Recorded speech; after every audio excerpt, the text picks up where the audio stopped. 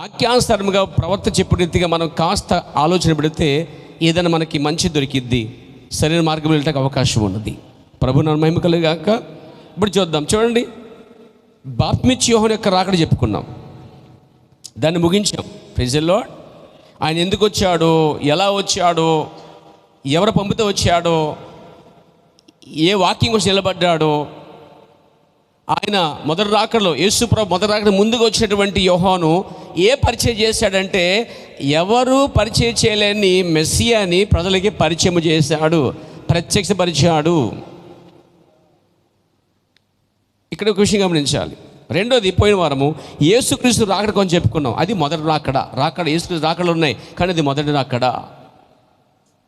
Martel బాడీలో వచ్చాడని చెప్పుకున్నాం, మర్త్యత శరీరంతో వచ్చాడని చెప్పుకున్నామండి. ప్రభువుకు మహిమ కలుగుగాక. యేసుక్రీస్తు మొదటి రాకడ చెప్పుకున్నాం. యేసు ప్రభు ఎందుకు వచ్చాడు? ఏదైనా తోటలో తెగిపోయిన బంధాన్ని మరలా మానవుని మనిషిని కలపడానికి, సిలువలో రక్తం చిందించడానికి, విమోచించడానికి, రక్షించడానికి, తెగిపోయిన బంధాన్ని మళ్ళీ కలపడానికి, మళ్ళా సహవాసం దేవునితో ఇవ్వడానికి వచ్చాడండి ఆయన. వాడు చెప్పాలంటే క్రయధనం చెల్లించడానికి వచ్చాడు. చేసిన తప్పులకి, చేసిన పాపానికి ఆదాముతో పాటు మనందరూ కూడా నేరస్తులేము కాబట్టి అందరికీ చెల్లించి నీతిమంతులుగా తీర్చడానికి వచ్చాడండి ఆయన. ఆయన ఒక ప్రత్యేకంగా జన్మించవలసి వచ్చింది, అందరిలా కాకుండా ఒక ప్రత్యేకంగా మరి దేవుడు రక్తముతో వచ్చి చెల్లించడం జరిగిందండి. అది మనం చెప్పుకున్నాం. ఈరోజు మనము చూడండి, ఈరోజు మనము ఏం చెప్పుకున్నామంటే, ఇక్కడ ఏలి యొక్క రాకడండి. ఏలి యొక్క రాకడ ఇక్కడ గుర్తించండి. ఒకటి, యేసుక్రీస్తు యొక్క మొదటి రాకడకు ముందు ఒక ఏలియా వచ్చాడు, అతడు బాప్తిస్మా యోహాను అని తెలుసు.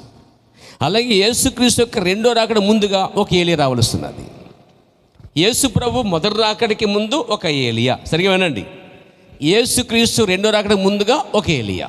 ఇది ఎలా ఉందంటే, మొదటి పునరుద్ధానము, రెండో పునరుద్ధానం ఉంది బైబిల్లో. ఎంతమంది తెలుసు మీకు? ఇక్కడ మొదటి పునరుద్ధానము, రెండో పునరుద్ధానము.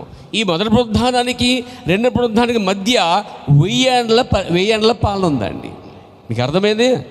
1000 ఏండ్ల పాలనకి ముందు ఒక మొదటి పునరుద్ధానం ఉంది, 1000 ఏండ్ల పాలన అయిపోయిన తర్వాత రెండో పునరుద్ధానం ఉంది. నాతో ఉన్నారు మీరు? నాతో ఉన్నారా? మొదటి పునరుద్ధానము 1000 ఏండ్ల పాలన ముందు జరిగే పునరుద్ధానము. రెండో పునరుద్ధానము 1000 సంవత్సరం పరిపాలన అయిపోయిన తర్వాత వచ్చేది రెండో పునరుద్ధానం. ఇది ఎలా ఉన్నాయని నమ్ముతున్నామో అలాగే యేసు ప్రభు యొక్క రాకడకు ముందు ఒక ఏలియా రావలసినది. యేసు ప్రభు మొదటి రాకడలో ఏలియా వచ్చినట్టుగా యేసు ప్రభు యొక్క రెండో రాకడ ముందుగా మరొక ఏలియా రావలసినది అనేది బైబిల్ చాలా స్పష్టంగా చెప్తుందని రాత్రి ఈ ఉదయం క్లియర్ చేస్తాను. మీకు ఒక స్పష్టత రావాలి, క్లియరెన్స్ రావాలి మా బైబిల్ నుంచి మనకి. ఈరోజు ఎంతమంది ఆశపడుతున్నారు? దేవుని నామమున మహిమ కలుగుగాక. అవన్నీ పక్కన పెట్టి డిస్టర్బ్ అవ్వకుండా, ఏమంటే ముందు చివరి మాటలు మైలు పెట్టుకోకుండా ఫ్రెష్ అయ్యి అదంతా మన మేలుకి అని చెప్పి ఒక మాటతో కొట్టివేసి లోపలికి వచ్చి చక్కగా వాక్యాన్ని ఫ్రెష్గా ఉంటే ప్రయత్నం చేయండి. ప్రభువు నామమున మహిమ కలుగుగాక. చూడండి, యేసు ప్రభు యొక్క మొదటి రాకడికి ముందు ఒక ఏలియా వచ్చాడు. అలాగే యేసుక్రీస్తు యొక్క రెండో రాకడికి ముందుగా ఒక ఏలియా రావాల్సి ఉందండి. టోటల్గా చెప్పాలంటే దేవుడు ఏలియాని 5 సార్లు వాడుకున్నాడండి. బైబిల్ అంతట్లో ఏలియాని 5 సార్లు వాడుకోవాలని దేవుడు ముందుగా నిర్ణయించాడు. ఎలా అనొచ్చు మీరు? ప్రభు నామమున మహిమ కలుగునుగాక, స్తుతి కలుగునుగాక. చూడండి, ఏలియా యొక్క ఆత్మ 5 సార్లు పరిచయం చేయనట్టండి. 5 సార్లు దేవుడు ఏలియా ఆత్మను వాడుకోవడానికి ప్రయత్నం చేశాడు. ప్రభు నామమున మహిమ కలుగుగాక. అలాగే బైబిల్లో 2 సార్లు వాడుకోవడానికి మోషే యొక్క ఆత్మను దేవుడు ప్రయత్నం చేస్తున్నాడు. దేవునికి స్తుతి కలుగునుగాక. మీరు గమనిస్తే ఇక్కడ ఏలి యొక్క రాకడ అంటే ఏలి యొక్క రాకడ అనేది యేసు ప్రభు యొక్క మొదటి రాకడలో కూడా జరిగింది. అలాగే రెండో రాకడకు ముందుగా ఒక ఏలియా రావాల్సింది. ఈ కొంచెం మీరు జాగ్రత్తగా వినాలి. ఇది ఎలా ఉందంటే చాలా క్రిటికల్ అనమాట. ఇంకా చెప్పాలంటే దీన్ని వివాదాస్పదమైన అంశం. Praise the lord. Controversial subject అన్నమాట అండి ఇది. చాలామందికి అర్థం కాని విషయం ఏంటంటే, అక్కడే వాక్యం ఉంటుంది కానీ వచనములో 2 భాగాలు ఉన్న విషయాన్ని గమనించాలండి. ఇక్కడ ప్రభు నామమున మహిమ కలుగుగాక. లూకా సువార్తలో 4వ అధ్యాయంలో 17వ వచనంలో యేసు ప్రభు వారికి ఒక వాక్యం ఇచ్చారు. ఆయన యెషయా గ్రంథం తెరిచి జాగ్రత్తగా చదివాడు. యెషయా గ్రంథంలో ఉన్నదంతా ఇస్తే ఆ వాక్య భాగం అంతా ఆయన చదవకుండా అందులో ఒక భాగం మాత్రమే చదివి ఏమన్నాడంటే, ఈ లేఖనము మీ మధ్య నెరవేర్చబడింది అన్నాడండి. ఆయన లేఖనం అంతా చదవకుండా సగం ఎందుకు చదివాడంటే, ఈ కాల ప్రవక్త అన్నాడు ఆ యొక్క లేఖనాలు ఆ వచనములో 2 భాగాలు, 2 వేరు సందర్భాలు అన్నాడు. అంటే అక్కడ 2 కార్యాలు ఏంటంటే, ఒకటి హితవచనం, ప్రభు యొక్క హితవచనం అనేది మొదటి రాకడలో వచ్చిన ఏలియా తీసుకుని దాన్ని ముగిస్తాడు. తర్వాత ప్రతిదిన దినము అనేది 2వ రాకడలో జరిగే కార్యం. అది 2 వేరు సందర్భాలండి. అందుకే ఆయన హితవచనము ప్రకటించే సమయం అంటే విమోచించడానికి వచ్చే తప్ప భక్షించడానికో చంపడానికో కాదు. కానీ ఆయన విమోచించడానికి వచ్చినప్పుడు అది విడుదల సమయము కాబట్టి రోగులు బాగు చేయటము, స్వస్థపరచడము, శరసున్న వారిని విమోచించటము, ఆ విధంగా బీదలకు సువార్తను ప్రకటించడము. ఆ మొదటి రాకడలో ప్రభు హితవచనం అనేది యేసుప్రభు మొదటి రాకడలో యేసుక్రీస్తు దినాల్లో జరిగిందండి. అది హల్లెలూయా. యేసుక్రీస్తు జన్మించి ఆ భూమి మీద ఉన్నప్పుడు ఆయన హితవచనమును ప్రకటిస్తాడు, విడుదల నాయకుడిగా ఉంటాడు అని యెషయా చెప్పాడు. కాబట్టి అది అన్నాడు ఆయన. ఇప్పుడు మీ మధ్య అవే జరుగుతున్నాయని చెప్పాడు యేసుక్రీస్తు వారు. 2వ వాక్యానికి ఆయన వెళ్ళలేదండి. చదువుతారు ఒకసారి వాక్యాన్ని మీరు. అక్కడే ఒక వచనంలోనే 2 భాగాలు ఉన్న ఒక సందర్భాన్ని జ్ఞాపం చేసుకుందాం.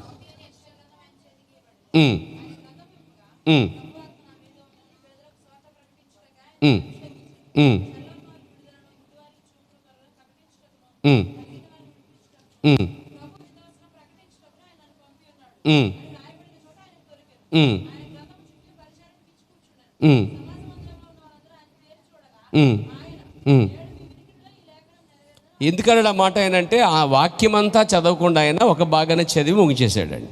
దాని అర్థం ఏంటంటే, ఈ మొదటి భాగము మీ మధ్య జరుగుతుంది, 2వ భాగము తర్వాత జరిగిద్దని చెప్పాడు. ప్రభు మహిమ కలుగాక. ఇది మీరు యెషయా గ్రంథంకి వస్తే అక్కడ ఉన్న ప్రవచనం అండి. అది యెషయా గ్రంథము కొంచెం విద్యార్థులు ప్రవర్తించండి. 61వ అధ్యాయము చూడండి, 2వ వచనంలోనే ఉంది. ఇక్కడ 61 యెషయా గ్రంథం 61వ అధ్యాయము 2వ వచనంలోనే 2 భాగాలు ఉన్నాయండి. అది మీరు గమనించాలి. యెహోవా హితవచనమును మన దేవుని ప్రతిదండన దినమును ప్రకటించుటకు. ఇక్కడ దినము అనేది ఇక్కడ చూస్తుంది. ఇక్కడ దేవుని ప్రతిదండ దినం ఉంది, యెహోవా హితవచనము ఉంది. ఇక 2 కార్యాలు ఒక వచనములోనే 2 భాగాలు ఉన్న విషయాన్ని పట్టుకోవాలి విశ్వాసులండి. చూడండి, ఇక్కడ యెహోవా హితవచనం అది యేసు ప్రభు దినాల్లో జరిగింది. మన దేవుని ప్రతిదిన దినము ప్రకటించుటకును, అది 2వ దినం సంబంధించింది. దేవునికి స్తోత్రం కలుగాక, దేవునికి మహిమ కలుగాక. అంటే ఒక వచనములోనే 2000 సంవత్సరాలకు సంబంధించినటువంటి సబ్జెక్ట్ ఉందన్నమాట.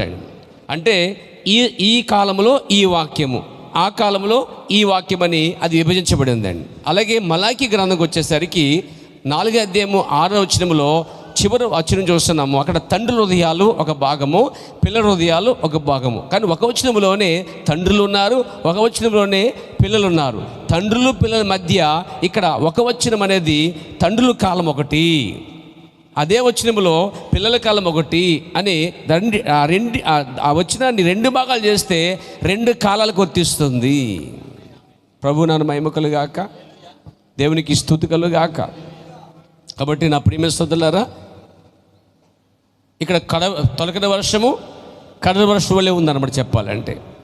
తొలకరి వర్షము ఒక కాలంలో వస్తుంది, కడలి వర్షము ఒక కాలంలో వస్తుందండి. ఇది కూడా అదే కనిపిస్తుంది. కాబట్టి ఇక్కడ మనము ఏలియా గురించి మనం మాట్లాడుకున్నప్పుడు ఈ ఏలియా భూమి మీదకి 5 సార్లు రావాల్సిన పరిచర్య ఉందండి.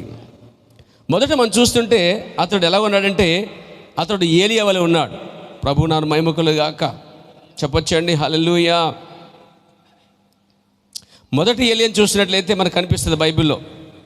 ఏలియా ఆత్మ 5 మార్లు రావాల్సినది ప్రవక్త అంటున్నాడు.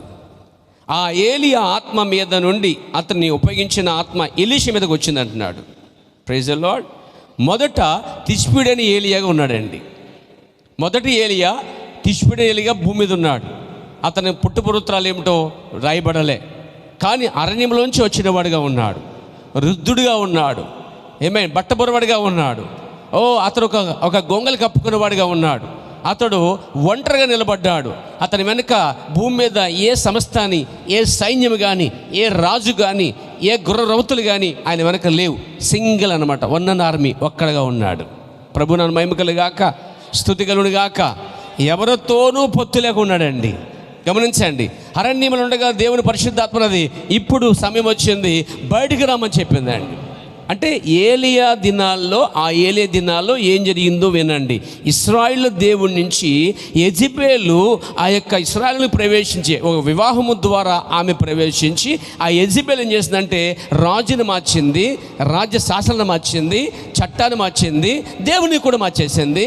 లేదా సొంత ప్రవర్తనలు పెట్టుకుని 450 మంది ప్రవర్తనలు పెట్టుకుని పోషిస్తూ ఇశ్రాయేలు ప్రజలను యెహోవా దేవుడి నుంచి తమ దేవత బయలుదేవత వైపు తిప్పింది. ఆ దినాల్లో, ఆ గందరగోళ సమయాల్లో ఆమేన్ ప్రజలు గలిబిలిగా ఈ దినాల్లో ఎలా ఉన్నారు, ఆ సంఘం ఈ సంఘం అది ఇది గందరగోళం ఎలా ఉంది. ఓ చర్చికి వెళ్తే చెప్పలు కొట్టరు, ఓ చర్చికి వెళ్తే ఆమెన్ చెప్పరు, ఓ చర్చికి వెళ్తే వాయిద్యాలు వాయించరు, ఓ చర్చికి వెళ్తే ఏమండి గట్టిగా కొడుతూ ఉంటారు, ఓ చర్చికి వెళ్తే విశ్వాస ప్రమాణాలు, ఇలా రకరకాలుగా సంఘాల్లో వివిధమైన భేదాలతో గందరగోళమైతే ఉన్నది. చెప్పాలంటే అది ఒక బబులోనుగా గందరగోళము. ఆ ఇశ్రాయేలు యెహోవా దేవుడా బయలుదేవుడా అనే కన్ఫ్యూషన్లో గందరగోళం ఉన్నప్పుడు, ఎటు తేల్చుకునే పరిస్థితులు ఉన్నప్పుడు దేవుడు తన ప్రజల కొరకు రంగం మీదకి ఆ మొదటి ఏలియాని పంపించాడండి. అర్థమైందండి మీకు? ఒక ఏలి అవసరత ఎందుకు తెలుసా? ప్రజలు సందిగ్ధములోను, ప్రజలు రెండు మనుషులతో ఉన్నప్పుడు, ప్రజలు ఇదా అని కన్ఫ్యూషన్ ఉన్నప్పుడు దేవుడు తన ప్రజల కొరకు ఒక ప్రవక్తని ఏలియాని పంపించడం మనం చూస్తున్నామండి. ఆ ఏలియా వచ్చి డబ్బుకి కానీ, రాణికి కానీ, రాజుకి కానీ, సైనికుకి కానీ భయపడకుండా ధైర్యముగా యెహోవా ఇలాగూ సెలవిచ్చును. అలాంటి సేవకులు ఉండటం మనకు ఆశీర్వాదకరం. ఇంకా రావాలని కోరుకుంటాం, ఆశీర్వాదకరం. ఏలియా డబ్బుకు పడినవాడు, స్త్రీకి పడినవాడు, పొగడతలు పడినవాడు. ఏలియాకి ఒక గ్రూపు కూడా లేదండి. ఏలియా దేవుడు ఏం చెప్తే దాన్ని నేరుగా డైరెక్ట్గా వెళ్ళి రాజు సముఖంలో మాట్లాడేంత ధైర్యవంతుడు అంటండి. అందుకే ఏలియా ఆత్మ దేవుడు 5 సార్లు వాడు కూడా ఇష్టపడ్డాడు. అగ్ని దించినవాడు ఏలియాయే, మండించినవాడు ఏలియాయే, దేవుని దించినవాడు ఏలియాయే. యెహోవా దేవుడని చెప్పి ప్రజలతో ఒప్పింపజేసిన ఆయననండి. మళ్ళీ అదే ఏలియా వెళ్ళి, ఇదిగో ఈ సంవత్సరం మంచి అయిన వర్షమైనను కురవదు. కారణం ఏంటి? నువ్వు పాపం చేస్తున్నావు. కారణం ఏంటి? ప్రజలను బలవంతంగా పరిపాలిస్తున్నావు. కారణం ఏంటి? ఇదిగో నీ రాజ్యంలో తప్పులు జరుగుతున్నాయి, నీ రాజ్యంలో అక్రమం జరుగుతున్నాయి. గొప్ప యెహోవా దేవుడు చెప్పినట్టుగా నువ్వు ప్రవర్తించట్లేదు, తప్పుపోతున్నారు ప్రజలందరూ, పట్టించుకోలేరు రాజ్యాన్ని నువ్వు. కాబట్టి ఇలా ఉంది, తాండమాడుతుంది యెజెబెల్ ఇక్కడ. కాబట్టి ఈ విధంగా జరిగిద్ది, మంచి అయిన వర్షమైన 3 సంవత్సరం రాదు, కరువు ఉంటుందని చెప్పాడు. Praise the lord. డైరెక్ట్గా ముఖం మీదకి వెళ్ళి చెప్పగలిగాడండి. అలా చెప్పే సేవకులు చాలా అరుదండి. ఎందుకంటే చెప్తే చంపడమో, తోసేయటమో, ప్రేమించలేరు వాళ్ళని. అసలు కనీసం వందలు కూడా చెప్పారండి వాళ్ళకి. కొంతమంది పాస్టర్లకి వందలు కూడా చెప్పరు. ద్వేషం, అసూయ. ఎందుకంటే ఇతను ఏదో చేస్తున్నాడన్నట్టుగా. కానీ అతడు ప్రజల మనిషి కాదు, అతడు దేవుని మనిషి అయి ఉన్నాడు. మ్యాన్ ఆఫ్ గాడ్, దేవుని చేతుల నుంచి వచ్చిన వాడు అతడు. కాబట్టి దేనికి లొంగడండి. Praise the lord. అలాంటి గొప్ప దైవజనుడు మనందరికీ ఉంటే ఎంత మంచిదండి. అలాంటి ఏలియా ఆత్మ కలిగిన వాడు, లేక ఏలియా మన మధ్య అలాంటి వర్తమానం వల్ల పనిచేస్తే ఎంత బాగుంటుందండి. అక్కడ అలాంటి ఏలియాని మనం గౌరవించాలి ప్రియారా. దేవునికి స్తోత్రం కలిగాక. 3వది మనం చూస్తున్నాం. 1 గందరగోళం ఉన్నప్పుడు వచ్చాడు. 2 రాజ్యం వంకరగా నడిపించినప్పుడు వచ్చి గద్దించి కరువు వస్తుందని చెప్పాడు, సరి చేసుకోమని. 3వసారి ఆయన మనం చూస్తున్నాం. Praise the lord.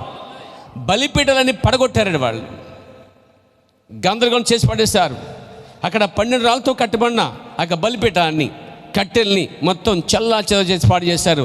ఆ యొక్క బయలుదేవత సేవకులు, ప్రజలు, ఆ సిద్ధాంతం నమ్మేవారు మొత్తం దానంతటి కూడా రూపురేఖలను చేసి పడేశారు.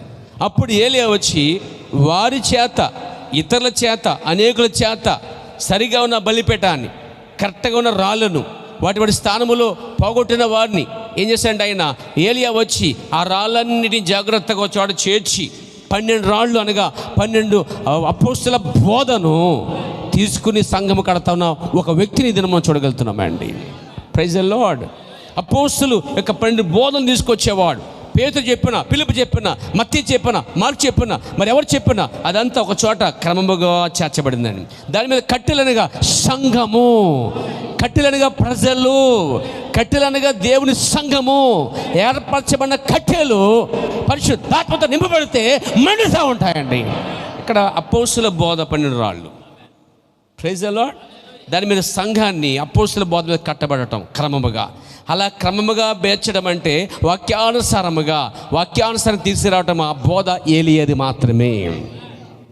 అప్పుడు అపోస్తుల బోధ ప్రకారంగా ఒక సంఘం కట్టబడి కట్టెలని విశ్వాసులు క్రమముగా సంఘములో పద్ధతులు క్రమలు పాటించగలిగితే, మూడో కార్యము పరలోకం నుంచి అగ్ని దిగివచ్చి వారిని దహించేశారా. ఇది పెంతెకొస్తు పండుగ దినములో జరిగిందండి. వారు ఆ బోధలో ఉన్నారు. క్రీస్తు బోధ, అపోస్తల బోధ, వారి బోధలో ఉన్నారు, వారి సహవాసంలో ఉన్నారు, ఆ కట్టెల వల్ల బేర్చబడి ఉన్నారు, వారు ప్రార్థన చేస్తూ ఉన్నారు. అప్పుడు పరిశుద్ధాత్మ అభిషేకం వారి మీదకి వచ్చింది. వారు మండుతూ ప్రకాశిస్తూ యేసే క్రీస్తుని ప్రకటించగలిగారు, యేసు నామములో బోధ చేయగలిగారు, దెయ్యాలు పోగొట్టగలిగారు, అనేక కుటుంబాలు కట్టగలిగారండి.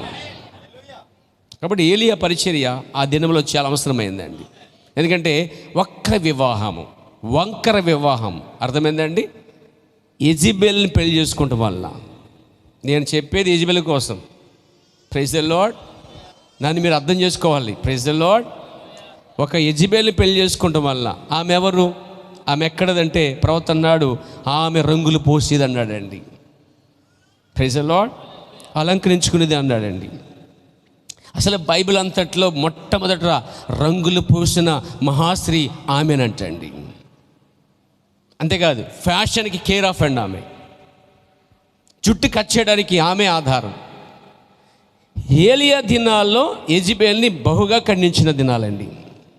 మన తరములో జాన్ ఎఫ్ కెనడీ తన భార్య ప్రపంచానికి ఫ్యాషన్ ఆ దినాల్లో నేర్పిన మొట్టమొదటి స్త్రీ అండి ఆమె. అర్థమైంది మీకు చెప్పింది? మన దినాల్లో ఒక ఏలియా ఉన్నాడు, ఆ దినాల్లో ఏలియా ఉన్నాడు. అది యేసుక్రీస్తు మొదటి రాకడకు ముందు వచ్చిన ఒక ఏలియా కనిపిస్తున్నాడు. ప్రభు నామమున మహిమ కలుగుగాక. ఇప్పుడు ఏలియా రాజు పట్లే, కానీ అహాబు మంచి విశ్వాసి. ప్రవక్త నాడు అహాబట భ్రష్టుడిగా మారిపోయాడట. ఆమెని ప్రేమించి పెళ్లి చేశాడట. కంగారు ఎక్కువ, తొందర ఎక్కువ, ఆగట్లేదు అసలే. ఇశ్రాయేలు ప్రజలు చాలామంది ఉంటే పక్కన పెట్టి, ఏమండి వీడి ఆమెను చేశాడట. ఆమె అందం చూసి పడిపోయాడట అండి.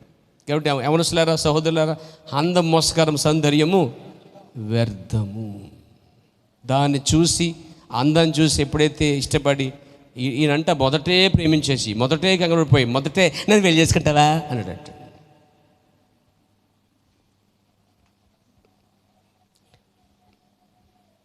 చేసుకున్నాడు. ఫస్ట్ అడిగే ఆ బురద రొచ్చుకోతలు వేసేసాడు.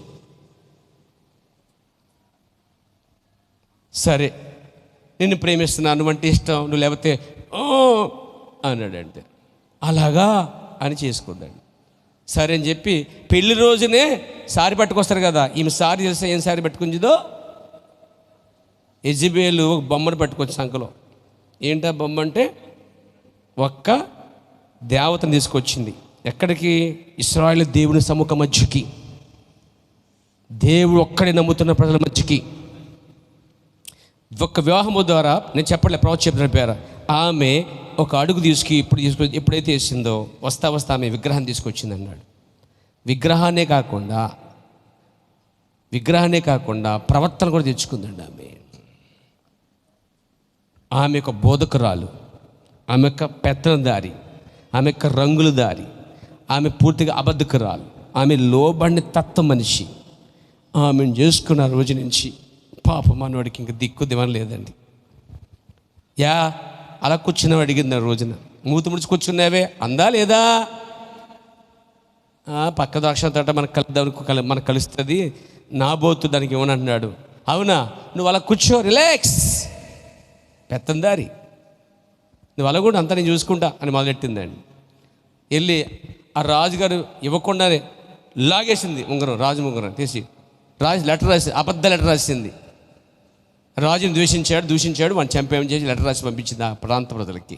ఒక రాణి అంటే ప్రజల్ని సంరక్షించాలి, రాణి అంటే ప్రజల అగ్గుబోగులు చూసుకోవాలి. అలాంటిది స్వార్థపరులై ఉండి తన స్వేచ్ఛ కొరకు, ఆ చిన్న పొలం కొరకు హతమార్చిందండి. రాజుని పక్కన పెట్టి పూర్తి పెత్తందారి చేసింది. దానికి కారణం ఎవరు? ఆహాబే కారణం. అంత మాత్రం కాదు, ఆహాబుని పూర్తిగా పక్కన పెట్టి టోటల్గా ఆమె బోధ చేయించిందండి. గుళ్ళు కట్టించింది వాడితోటే. మళ్ళా జాగ్రత్త, ఈ విషయం జాగ్రత్తగా ఉండాలి. దేవునికి స్తోత్రం కలిగాక. ప్రవర్తనాడు అతడు ఆ యూదుడిగా జన్మించి, యూదుడిగా జీవించి, విశ్వాసంగా ఉండి తర్వాత అతడట తన జన్మ హక్కును అమ్మేసుకున్నాడు అని ప్రవర్తన్నాడు. తన జన్మ హక్కును, టైటిల్ డీడ్ని అమ్మేసుకున్నాడట ఆమెకి. జాగ్రత్త నా ప్రియమైన సోదరులారా, రాజీ పడొద్దు అంటున్నాను నేను. ఆహాబు వల్ల రాజీ పడొద్దు అంటున్నాను, తొందరపడొద్దు అంటున్నాను నేను. ఒక్క తొందరపాటు జీవితం అంతా భరించవలసి వస్తుంది. దేవునికి స్తోత్రం కలిగాక, దేవునికి మహిమ కలిగాక. చూడండి, ఆయన మొదటి నిబంధన చేశాడు, రెండో నిబంధన కూడా చేశాడండి ఆయన. బట్ ఎదురు చూసే సమయం ఆసన్నమైతే, ఎదురు చూస్తే దేవుడు తన కార్యాన్ని చేస్తాడు. ఒకవేళ చేయలేదనుకో నష్టం ఏంటి? అలా ఉండిపోవచ్చు కదా. Praise the lord. చేయడు, ఓకే దేవా నేను ఎలా ఉండటం నీ చిత్తమైతే అలాగే కానిమ్మని ఆహాబు అనాలి కదా. ఆ రంగులకి, అలంకరణకి, ఆ కార్యక్రమానికి పూర్తిగా పడిపోయాడు. ఎప్పుడైతే ఆ విధంగా పడిపోయాడో ఒక్క ఎన్నిక ఆమె ఆ ప్రవర్తనాడు, అతని యొక్క వెన్నిక అతనితో సరిపోలేదు, మొత్తం ఇశ్రాయేలు అందరినీ చుట్టుకొచ్చిందండి. మొత్తం ఇశ్రాయేలు అందరినీ దారుణంగా చంపింది ఆమె, హతమార్చింది. ఏలియాని కూడా చంపడానికి ప్రయత్నం చేసింది. ఏలియా తన సేవకుడు గౌరవించలేదు ఆమె. తల నరికేస్తానని చెప్పింది. దేవుడు ఊరుకున్నాడు అనుకున్నావా? దేవుడు ఆమెని గుర్రాలతో తొక్కించి నాశనం చేశాడు. ఆ రోజు యెజబెల్ని ఖండించిన ఏలియా, ప్రైజ్ ది లార్డ్, అదే తత్వము ఏలియా బాప్తిస్మం యోహానులో కనిపిస్తుంది. హేరోదుని ఖండించాడు, హేరోదు భార్యను ఖండించాడు, స్త్రీని అక్కడ ఖండించాడు, బుద్ధి చెప్పాడు. ప్రభునామ మహిమ గాక. కాబట్టి మనం చూస్తున్నాం అక్కడ ఏలియా ఆత్మ అక్కడ ఖండిస్తుంది. మొదట ఆ జనాల్ని ఏం చేస్తుందంటే గందరగోళం నడిపిస్తూ ఉంది, మరియు రాజుని ఖండిస్తూ ఉంది. Praise the lord. ఈ తప్పు చేసినందుకు అదే ఆత్మ వచ్చి, ఇదిగో ఏ స్థలమైతే కుక్కలు నా బోధ రక్తం నాకినో అదే స్థలమందు నీ కుక్కలు నాకునని యెహోవా చెప్తున్నాడు చెప్పి అక్కడి నుంచి ఏలియా చెప్పి వెళ్ళిపోయాడండి. ఆయన ఎక్కడ రాజీ పడేది ఏలియా. Praise the lord. కాబట్టి ప్రజల్ని ఏం చేశాడు? దేవుని వైపు తిప్పగలిగాడండి. అతను అరణ్యవాసి. ఆమేన్ చెప్పచ్చా? అరణ్యవాసి. అతని మీద ఉన్న ఆత్మ ఎలీషా మీదకి వచ్చింది. ఎలీషా కూడా అరణ్యవాసే. అతని మీద ఉన్న ఆత్మ యోహాను మీదకి వచ్చింది. ఇది మూడోసారి. Praise the lord. యోహాను మీదకి వచ్చినప్పుడు మొదటి ఏలియా ఎలా ఉన్నాడు చూడండి. రోషం గలవాడుగా, స్త్రీని ఖండించేవాడుగా, బుద్ధి చెప్పేవాడుగా, ఖండించాడు ఉన్నాడు. అలాగే యోహాను కూడా 6 నెలలు సేవ చేశాడు. ఈ 6 నెలలు కూడా ఏ సంస్థతోనూ దేవునితోనూ పొత్తు పెట్టుకోకుండా ఒన్నర నిలబడి అరణ్యం నుంచి బయటకు వచ్చి గొట్లు వేసుకొని వాటిని ఖండించిన వాడండి ఏలియా. ఆనాటి సంస్థల్ని, అనేక సంఘ శాఖల్ని, శాస్త్రులు, పరిచయులు, సద్దుకుల శాఖల్ని ఖండించి ఆమేన్ ఒక మెస్సియాని, ఒక క్రీస్తుని వారికి పరిచయం చేశాడండి ఆయన. ప్రభునామ మహిమ కలుగును గాక. హల్లెలూయా. ప్రవర్తనాడు ఏలియా ఆత్మ 5 సార్లు రావాల్సినది. ఆ ఆత్మ ఏలియా మీద నుండి అక్కడ పరిచయం ముగించుకుని అది ఉపయోగించుకుని ఆ ఆత్మ ఎలీషా మీదకి వచ్చాను అంటున్నాడు. ఎలీషా మీద పరిచయం ముగించుకొని ఆత్మ బాప్తిస్మం యోహాను మీదకి వచ్చాను అంటున్నాడు. అది మూడోసారి. Praise the lord. అదే ఆత్మ మలాకి 4వ అధ్యాయములో అటు పిమ్మట ఆమేన్ కడవరి కాలములో, అంటే 4వ అధ్యాయంలో వచ్చేది 4వసారి ఏలియా. ఆటి పిమ్మట 4వ అధ్యాయము విధముగా బయలుపరచబడిన విధముగా 4వ అధ్యాయంలో వచ్చేవాడు 4వసారి వచ్చి ఏలియా. అటు పిమ్మట కడవరి కాలంలో యూదుల నిమిత్తం వచ్చేవాడు 5వసారి వచ్చి ఏలియా. చాలా స్పష్టంగా క్లారిటీగా చెప్పాడు ప్రవక్త అండి. ఎక్కడ అనవచ్చు మీరు? సూచన రుజువు చేయు శబ్దం వర్తమానం చదవండి. సూచనను రుజువు చేయు శబ్దం వర్తమానంలో ఇది క్లారిటీ ఇచ్చాడు ప్రవక్త గారు. ప్రభు నాన్న మహిమ కలుగాక. సో మొదటి ఏలియా, ఆమేన్. రెండో ఏలియా ఎలీషా, మూడో ఏలియా బాప్తిస్మ యోహాను. మనం యేసుక్రీస్తు మొదటి రాకలు వచ్చింది ఆ మూడు ఏలియా అండి. అతడే ఏలి అయి ఉన్నాడు. ఏలి ఆత్మయు ఏలు శక్తి గలవాడై ఉండి అతను వెళ్తాడని చెప్పాడు. ప్రభు నామ మహిమ కలుగాక, స్తుతి కలుగునుగాక. చెప్పచ్చు హల్లెలూయా. చూడండి, ప్రథమ ఏలియా అంటే మొదటి ఏలియా ఒక మనిషి అయి ఉండెను. అతడు అరణ్యము ప్రేమించాను. చూడము, యోహాను కూడా ఒక మనిషి అరణ్యములో నివసించాను. ఆ కాలమున సమస్త సంఘ శాఖలను పద్ధతులను బట్టి వారిని దోషులుగా నిరూపించాను, ఖండించాను. ఆమేన్, ఆమేన్, ఆమేన్. ఎలా ఖండించాడు? సర్పసంతానమా, డైరెక్ట్గా చెప్పాడట ఆయన. రాబోగురు తప్పించుకోడు ఎవడు అని చెప్పి ఖండించాడట. ఏలి 5 మార్లు రావాల్సిన్నది. ప్రభు నన్ను మహిమ కలుగాక. ఏలి యొక్క ఆత్మను ఒక వ్యక్తి మీదకి వచ్చినప్పుడు ఆ ఆత్మ అతని ఏలియా వలె నడిపించును. ఇక్కడ మనం కనిపెట్టడానికి ఏలియా మీద ఉన్న ఆ మొదటి ఏలికి వచ్చి చెప్తున్నాను నేను, తీసిపడి ఏలియా. ఆ ఏలి మీద ఉన్న ఆత్మ ఇక్కడ బాప్తిస్మ యోహాను మీద ఉందని కనిపెట్టడానికి దగ్గరగా 2 పోలికలు ఉంటాయట. ప్రభు నన్ను మహిమ కలుగాక. అతని ఆత్మ ఏలియా వలె నడుచును. అతని ఆత్మ అరణ్యమును వెళ్ళును. అతను అరణ్యమును ప్రేమించును. బాప్తిస్మ యోహాను అరణ్యమును ప్రేమించే వ్యక్తిగా ఉన్నాడు, అరణ్యవాసిగా ఉన్నాడు. నాతో ఉన్నారా? ఆ ఏలియా స్త్రీని ఖండించినట్టుగా ఈ ఏలియా అనగా ఏలియా చెప్తున్నా నేను, 3వసారి వచ్చిన బాప్తిస్మ యోహానే ఏలియా. ఆ రోజు ఏలియా అతడు. ఆ ఏలియా ఏమన్నాడంటే అరణ్యవాసిగా ఉన్నాడు ఏలియా. ఆ తర్వాత అదే ఏలియా యోహాను ఎలా ఉన్నాడంటే అక్కడ స్త్రీని ఖండిస్తూ ఉన్నాడండి. ప్రభు నన్ను మహిమ కలుగాక. Praise the Lord. అతను నీతి లేని స్త్రీలను ద్వేషించాను. ఎవరు? బాప్తిస్మ యోహాను. ఈ కాలపు ఏలియా కూడా నీతి లేని స్త్రీలను ఖండించాను. Glory to God. అతను సంఘ సంస్థలకు విరోధముగా ఉండెను. బాప్తిస్మ యోహాను ఏలి ఆత్మ గలవాడిగా ఉన్నవాడు, దేవుని పక్షున ఉన్నవాడు. ఆ రోజు శాస్త్రుల పరిసర సద్దుగల సంస్థలకి విరోధముగా మాట్లాడాడు. ఆ రోజు శాస్త్ర పరిషత్తుకి వెళ్ళి 4 గుంపుల వారు ఆయన చేర్చుకోలేదండి. ఆ 4 సంస్థలు ఆయన చేర్చుకోలేదు. Praise the lord. ఇంకా అంటాడు ఆయన, ఎవరితోనూ అతడు రాజీ పడలేదు. ఎవరు? బాప్తిస్మ యోహాను.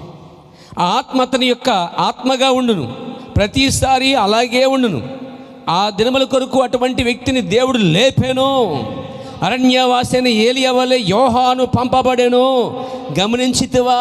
ఆ ఏలియా ఆత్మతోనే యోహాను వచ్చెను. స్త్రీ ప్రధానత్వ దినమును మరలా వచ్చినప్పుడు ఆ ఆత్మ మరలా ప్రభు రాకడకు ముందుగా వచ్చును. ఏలియా కోసం చెబుతున్న ఈ ఏలియా పాయింట్ అవుట్ చేయండి. ఆ మొదటి ఏలియాకు వచ్చి చెప్పేవాడు చివరి 4వ ఏలియాయే. రెండో ఎలీషా మీద ఉన్న ఏలియా ఆత్మ చెప్పేవాడు కూడా 4వ ఏలియాయే. 3వ ఏలియా కోసం మాట్లాడేవాడు కూడా 4వ ఏలియాయే. 4వ ఏలియా కోసం చెప్పేవాడు కూడా 4వ వాడేనండి. ఇక్కడ పట్టుకోవాలి మీరు, ఇక్కడ పట్టుకోవాలి సంఘశాఖలు. దేవునికి స్తోత్రం కలుగాక, దేవునికి మహిమ కలుగాక. వై? ఎందుకు అంటే 7వ దూతగా ఉన్నవాడు బూరని సువార్తను ఉదుడు ద్వారా ప్రవక్తలుగా మరిగిన సంగతులన్నీ కూడా చెప్పుకొని వచ్చినవన్నీ కూడా ఈ 7వ దూత ద్వారా వచ్చినటువంటి ఆ బూరక శబ్దము అనే సువార్త శబ్దము వాటన్నిటిని చుట్టి వేస్తుంది. మాట చెప్పాలంటే 7వ దూత పలుకు దినములోనే ఆ కార్యాలన్నీ ముగించబడతాయి. ప్రభునామ మహిమ కలుగాక, స్తుతి కలుగునుగాక. ఇక క్లారిటీ రండి ప్రియారా. చూడండి, 5 సార్లు వచ్చిన ఏళ్ళ కోసం మాట్లాడుకుంటున్నాం మనం. ఇప్పుడు 4వసారి వచ్చిన ఏళ్ళ కోసం మనం మాట్లాడుకుంటున్నాం. ఇతడే యేసు ప్రభు యొక్క 2వ రాకడకు ముందుగా వచ్చేవాడు. అసలే యేసు ప్రభు 2వ రాకడ కోసం సంఘాలన్నీ ఎదురు చూస్తున్నాయి, కానీ ఒక్క రాకడ మర్చిపోయారట ప్రజలు అంటున్నాడు. సంఘాలన్నీ అట యేసు ప్రభు యొక్క 2వ రాకడ కోసం ఎదురు చూస్తున్న మాట వాస్తవమే. అయితే ప్రవక్త అన్నాడు, యేసు ప్రభు యొక్క 2వ రాకడ ముందుగా ఏలియా రాకడ ఒకటి ఉన్నది అనే విషయము ప్రజలు మర్చిపోయారు. దాన్ని ఈ వర్తమానం బయటపెడుతుందండి. ప్రభు నామ మహిమ కలుగాక, స్తుతి కలుగునుగాక. హల్లెలూయా. అంటే అలాంటి వాడు పుట్టినందుకు మనం సంతోషించాలి. సంఘాలు ఏడుస్తూ ఉంటాయి, కానీ నిజమైన వారైతే సంతోషిస్తూ ఉంటారు. ఒక ప్రవక్త కోసం కనిపెట్టేవారైతే గంతులు వేస్తారు. ఒక ప్రవక్త పరిచర్య ఉందని తెలిసిన వారైతే గంతులు వేస్తారు, గట్టిగా ఆమెను చెప్తారు, దేవుడు స్తుతిస్తూ ఉంటారు. దాని గురించి ఏమీ తెలియని వాడికి ఏమి అర్థం కాని వాడైతే సైలెంట్గా ఉంటాడు. పేరా ప్రభువును మహిమకులు గాక, స్తుతికలుడు గాక. గమనించుము, దాన్ని పరిశుద్ధాత్మ వాగ్దానం చేశాను. అది మనం ఇప్పుడు జీవించిన సమయమునకు తగ్గి ఉన్నది. అంటే యేసు ప్రభు యొక్క మొదటి రాకడలో ఎలాగైతే ఒక ఏలియా ఆత్మ కలిగిన యోహాను వచ్చాడో, ఆ రోజు సంఘశాఖలకు వేరుగా జీవించాడో, ఆ రోజు సంఘశాఖల్ని గట్టిగా ఖండించాడో, నీతి లేని స్త్రీని ఖండించాడో, అక్రమ సంతానం ఖండించాడో, సర్పసంతానం ఖండించాడో, ఆమేన్, ఉంచుకున్న భార్యల విషయంలో పిలుపుని ఖండించాడో, దేవునికి స్తోత్రం కలుగాక. అలాంటి వాడొకడు 4వసారి ఏలియాగా ఉండి రంగం మీద యేసుక్రీస్తు యొక్క రెండో రాకడ ముందుగా వచ్చేవాడుగా ఉన్నాడని బైబిల్లో వాగ్దానం చేయబడింది. దేవునికి స్తోత్రం కలుగాక. ఏమేన్. ఇప్పుడు దానికోసం ఒక రిఫరెన్స్ మీకు ఆశపడుతున్నాను, రాసుకోవచ్చు. మీరు టైం లేదు, రాసుకోవచ్చు. ప్యారా ప్రభు నాన్న మహిమకలును గాక, స్తుతికలును గాక. ఈ చివరి దినమునకు వాగ్దానం చేయబడినటువంటి వాక్యాలండి. అంటే యేసు ప్రభు యొక్క రెండో రాకడకు ముందుగా జరగవలసిన ప్రవచనాలు యొక్క వాక్యాలు. 1 మలాకి 4:5-6 వచనాలు. ఆ మహాదినం రాకముందు ఆ ఏలియా రావలస్తున్నది. ద గ్రేట్ఫుల్ డే, ఆ మహా గొప్ప తీర్పు దినం రాకముందు, తీర్పు దినం అన్నమాట. ప్రపంచం దేవుడు అగ్నితో కాల్చడానికి ముందుగా ఒక ఏలియా రావలస్తున్నది. ప్యారా ఆ ఏలియా వచ్చి వెళ్ళిపోయిన తర్వాత ఇంక ఏలియా రాడు. ఆమేన్. ఒక్కడు రాడు, మోషేతో వస్తాడు. అది యూదులకి, అన్యులు కాదు, క్రైస్తవులకు కాదు. Praise the lord. అతడు వచ్చి వెళ్ళిపోయిన తర్వాత భూమి అంట కాలిపోద్ది అని ప్రవచించబడిందండి. కానీ ఈ కాలప్రవక్తన్నాడు, యోహాను వచ్చి వెళ్ళిపోయిన తర్వాత భూమి కాలిందా? నెవర్, కాల్లే. యోహాను తర్వాత యేసు ప్రభు వచ్చాడు, విమోచన జరిగింది, ప్రతిదండం జరగలే, అగ్నితో కాల్చబడలే. కానీ మలాకి 4:5 మనం ఏం చూస్తామంటే అక్కడ యెహోవాయందు భయభక్తుల వారికి నీతి సుడు ఉపదేశించును అని చెప్పాడు. ఒక వాగ్దానం ఇవ్వబడింది. దానిపైన దుర్మార్గులు దులువలే మార్చబడుదురు. అగ్ని, యెహోవా అగ్ని మొత్తం అందరికి కాల్చును, దహించును.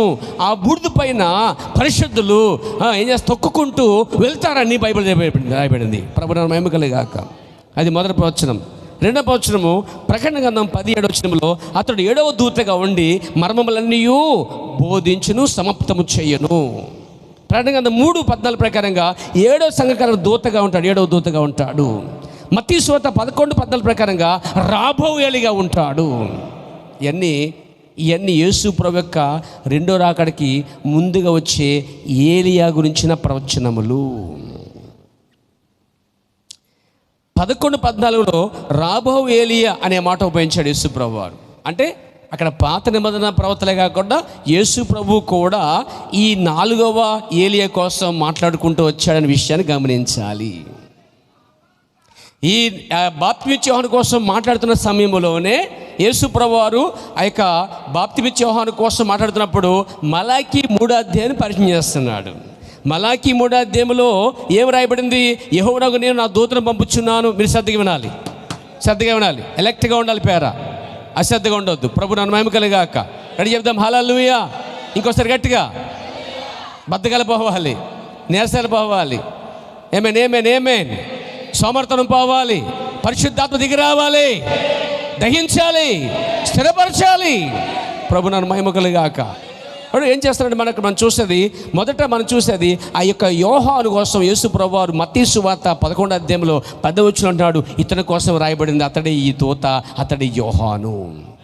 మలాకి 3 చెప్పినది యెహోవాకు నేను నాకు ముందుగా ఒక దూతను పంపుదును అనేది ఒక ప్రొఫెసీ ప్రవచనం. అది ఎవరి కోసం అంటే బాప్తిమిచ్చు యోహాను కోసం. దాన్ని ఎవరు చెప్తారు? కొత్త నిబంధనలో యేసు ప్రభు చెప్తున్నారు. మత్తయి సువార్త 11:10 ఆ ప్రజలు వచ్చినప్పుడు యేసు ప్రభు చెప్తున్నాడు, ఇదిగో వినండి, యోహాను అనే ఇతను నాకు ముందుగా నా దూతను పంపినని ఎక్కడ రాయబడిందో, ఎవరి కోసం రాయబడిందో అతడే ఈ యోహాను అని యేసు ప్రభు ఓపెన్ అయ్యాడండి. అక్కడ చెప్పాలంటే బహిరంగముగా ఈ యోహాను మలాకీ 3 అధ్యాయములో మలాకీ అనే ప్రవక్త యెహోవా ద్వారా ప్రవచించాడు కదా, ఆ ప్రవచనకు నెరవేర్పే ఈ యోహాను అని చెప్పి కిందకి రండి. ఇప్పుడు 14 వచ్చిన రండి పేరు 11-14 మత్తయి సువార్త 11-14 వచ్చేసరికి ఆయన అంటాడు, మీకు ఈ సంగతిని అంగీకరించుటకు, మీకు అంగీకరించడానికి మనసు ఉండాలట అండి. ఏమండి మనసు ఉండాలంటే ఏం చేయాలండి? మనసు ఉండాలి. నేను చెప్పేది మీకు నిజంగా అంగీకరించే మనసు ఉంటే మీకు అర్థమవుద్ది. అసలు మీకు మనసు ఉందా? మనసు ఉంటే రాబోవు ఏలియా, అది 4వ ఏలియా. ఇప్పుడు వచ్చినవాడు 3వ ఏలియా. ఈ వచ్చిన ఏలియాయే మరలా వస్తాడు. చాలా స్పష్టంగా చెప్పేస్తాడు. దాన్ని పట్టుకోవడం చాలా చాలా చాలా లేరనమాట అండి. ప్రభునామ మహిమ కలుగాక. చదవండి, రాబో ఏలియా మీకు మనసు ఉంటే. ముందేమన్నాడు? మలాకీ 3లో నా దూత నాకు ముందుగా వచ్చుననే ఆ ప్రవచన ఎత్తి చూపించి యోహానుతో ముగించాడు. ఇక్కడేమన్నాడు? ఈయనే ప్రవర్తిస్తున్నాడు. రాబోవు ఏలియా ఇతడే. అసలు ఏం చెప్పాలి? చాలామంది అనుకుంటున్నారు అతడు బాప్తిస్మా యోహానని. అప్పుడు ఏం చెప్పాలి? యేసుప్రభువు చెప్పాలా మీరు ఎదురు చూసిన ఏలియా ఈ యోహాను అని చెప్పాలి. అలా చెప్పలేదు. రాబో ఏలియా ఇతడే అంటున్నాడు అండి. వచ్చిన ఏలియా అని చెప్పట్లే ఆయన. అది మీరు పట్టుకోవాలి. అది కరెక్ట్ అయితే అని ఏమనాలంటే, మీ ఎదురు చూసిన ఏలియా అన్నారు కదా, ఆ ఏలియా ఇతడే అని చెప్పాలి. అలా చెప్పట్లేదు. రాబోవు ఏలియా ఈ బాప్తిస్మా యోహానే అనగా అతని మీద ఉన్న ఏలియా ఆత్మ ఇంకోసారి వస్తుందని చాలా క్లారిటీగా చెప్పాడండి ఆయన. అది మాకు తెలియదు, కానీ ప్రవక్తత్వం చదివినప్పుడు అది పూర్తిగా వివరించబడి ఉంది. 7వ దూత మర్మమును తెరిచాడు. 7వ దూత బోర ఊదినప్పుడు ఈ మర్మమున్నది మరుగ్గా ఉన్నది బయలుపరచబడి ఉందండి. ప్రభునామ మహిమ కలుగాక, స్తుతి కలుగునుగాక. చెప్పచ్చా హల్లెలూయా, హల్లెలూయా. ఆ తర్వాత యోహాను సువార్త 14-12 వచ్చిన ప్రకారముగా యేసు ప్రభు కూడా ప్రవచించాడు. ఏమనంటే, నా యందు ఎవరైతే విశ్వసిస్తారో నాకంటే గొప్ప కార్యాలు చేయును అని చెప్పుకొచ్చాడండి. యేసు ప్రభు వదిలిన వాక్యం చూడండి ఎలా ఉంది. ఆ బాణం పట్టుకోండి. ఆయన వదిలిన బాణం ఏం తెలుసా? యేసు ప్రభు అద్భుతాలు స్వస్థల కార్యాలు చేస్తున్నాడా? చేసేమన్నాడు? యోహాను 14-12 వచ్చిన ప్రకారంగా వెళ్ళిపోతున్నాను, నేను చేయి క్రియలు నా యందు విశ్వసించువాడు వాడు లేక అతడు, ప్రైజ్ ది లార్డ్, నాకంటే నేనేమైతే చేశానో వాటికంటే గొప్పవి ఒకడు చేస్తాడని యేసు ప్రభు వారే వదిలిపెట్టారండి ఆ బాణాన్ని. Praise the lord. ఇది ఎక్కడ తెలియదంటే, దీన్ని పట్టుకున్నారు ముస్లిం సోదరులు అందరూ. బైబిల్ బాగా చదువుతారు వాళ్ళు. నీకన్నా బాగా కొత్త పాత్ర నవ్వులు మింగేశారండి వాళ్ళు. నువ్వు ఈ లోపు నువ్వు మింగకపోతే నిన్ను మింగేస్తారు వాళ్ళు. జాగ్రత్త. నువ్వు చదవకపోతే నిన్ను మింగేస్తారు వాళ్ళు. మొత్తం అన్ని చోట్ల ఉన్నారండి వాళ్ళు. టక్క తీసి చెప్పగలరు. అంతమంది ఉన్నారు. నువ్వు వాళ్ళు తీస్తుంటే వాళ్ళు చెప్తారు, యశగా ఆరాధించి అన్ని చెప్తారు. ఎక్కడ ఉందండి వాళ్ళు అడిగారు. బుద్ధిహీనత, సిగ్గులేనిదనం. ప్రిపేర్ అవ్వండి, సిద్ధంగా ఉండండి, యుద్ధం కోసం సిద్ధపడండి. Praise the lord. దేవునికి మహిమ కలుగాక, స్తుతి కలుగుగాక. ఆ ముస్లిం సోదరులు వచ్చి అడిగారు, అయ్యా యేసు ప్రభు చెప్పాడని. ఈ 4వ ఏలియా మీటింగ్లో దర్బన్ పట్టణంలో సౌత్ ఆఫ్రికాలో 10,000 మంది ముస్లిమ్స్ వచ్చి ఆయన అడిగారు, ఇదిగో మీ యేసు ప్రభు చెప్పాడు ఏమని? నాకంటే గొప్ప క్రియలు అపోస్తలులు చేయలేదు, పౌలు చేయలేదు, మరి ఎవరయ్యా, ఎవరు చేశారు ఈ పని అని మొదలుపెట్టారు వాళ్ళు. అప్పుడు ప్రవక్త అన్నాడు, ఈ రాత్రి ఉండండి. ఏమని చెప్పలేదు ఆయన. వారు రాత్రి ఉన్నారు. ఆ రాత్రి దేవుడు ఎలాంటి స్వస్థపరిచాడంటే, స్ట్రెచ్చర్ మీద తీసుకొచ్చిన వారు లేచి వెళ్ళారండి. చెప్పలు కూడా నిర్మయం పడదాం. మోసుకొచ్చిన వారు అక్కడ పడేసి వెళ్ళిపోయారు. చచ్చిపోయిన ఒక శవాన్ని మోసుకొస్తుంటే యేసుప్రభు ముట్టగానే అతను బతికాడు. అలాంటి కార్యాలు జరిగాయి. రోగులు స్వస్థపరచబడ్డారు, దెయ్యాలు విడిపించబడ్డాయి. ఆ చివరి కూటంలో జరిగినటువంటి అద్భుతాల స్వస్థతలు అన్నీ కూడా అయిపోయిన తర్వాత తెల్లవారు నా మేయర్ ఏం చేశాడంటే, అవన్నీ మున్సిపాలిటీ చేత ఎత్తిస్తే 7 ట్రక్కులు నిండాయట. ఎన్ని ట్రక్కులండి? అమ్మా, దేవునికి స్తోత్రం కలుగాక. మనకు చేతికార పోతే మన బోర్డు ఎట్టేస్తాం, ఇక్కడ స్వస్థ చాలా పెడతాం. ఒక అద్భుతం జరిగితే ఆ దైవజనుడికి అండి ఒక వరంగా 9 వరాలు ఉన్నాయంటారండి. అసలే నాకు తెలియకెడతాను, ఒక దైవజనుడికి 9 వరాలు ఎక్కడ ఉన్నాయి బైబిల్లో? పచ్చి అబద్ధ బోధం అండి ఇది, అబద్ధ బోధ. ఒక్క దైవజనుడికి 9 వరాలు ఉండవండి. ఒక్క దైవజనుడికి ఒక్క వరం ఉంటుంది. ఒక్క ఆత్మయే ప్రవచించే ఆత్మగా, ఒకరిలో భాషలు చెప్పేవారుగా, ఒకరిలో అద్దాలు చెప్పేవారుగా, ప్రవచించే ఆత్మయ్యే ఒకరిలో స్వస్థపరిచే వరముగా ఉంటుందని చాలా క్లారిటీగా బైబిల్ చెప్తుంటే, మళ్ళీ వాళ్ళ పోస్టులో దైవజనుడు 9 వరాలు కలిగిన దైవజనుడు అంటుంటే సిగ్గులేని జన్మని తెలిపోతున్నారండి. అక్కడికి వాక్యంతో సంబంధం లేదండి, వాక్యంతో భక్తి లేదు, అసలు వాక్యమే లేదు. వాక్యం లేకుండా క్రీస్తు ఎక్కడొచ్చాడు? వాక్యం లేకుండా సంఘం ఎక్కడొచ్చింది? వాక్యం లేకుండా అసలు నీకు జీవితం ఎలా వచ్చింది? అసలే దేవునికి స్తోత్రం కలిగాక. అప్పుడు ఆ రాత్రి ఆ గొప్ప స్వస్థత విన్న ముస్లిమ్స్ 10,000 మంది రక్షించబడ్డారు. తెలుసా మీకు? ప్రభునామమున మహిమ కలుగాక, స్తుతి కలుగునుగాక.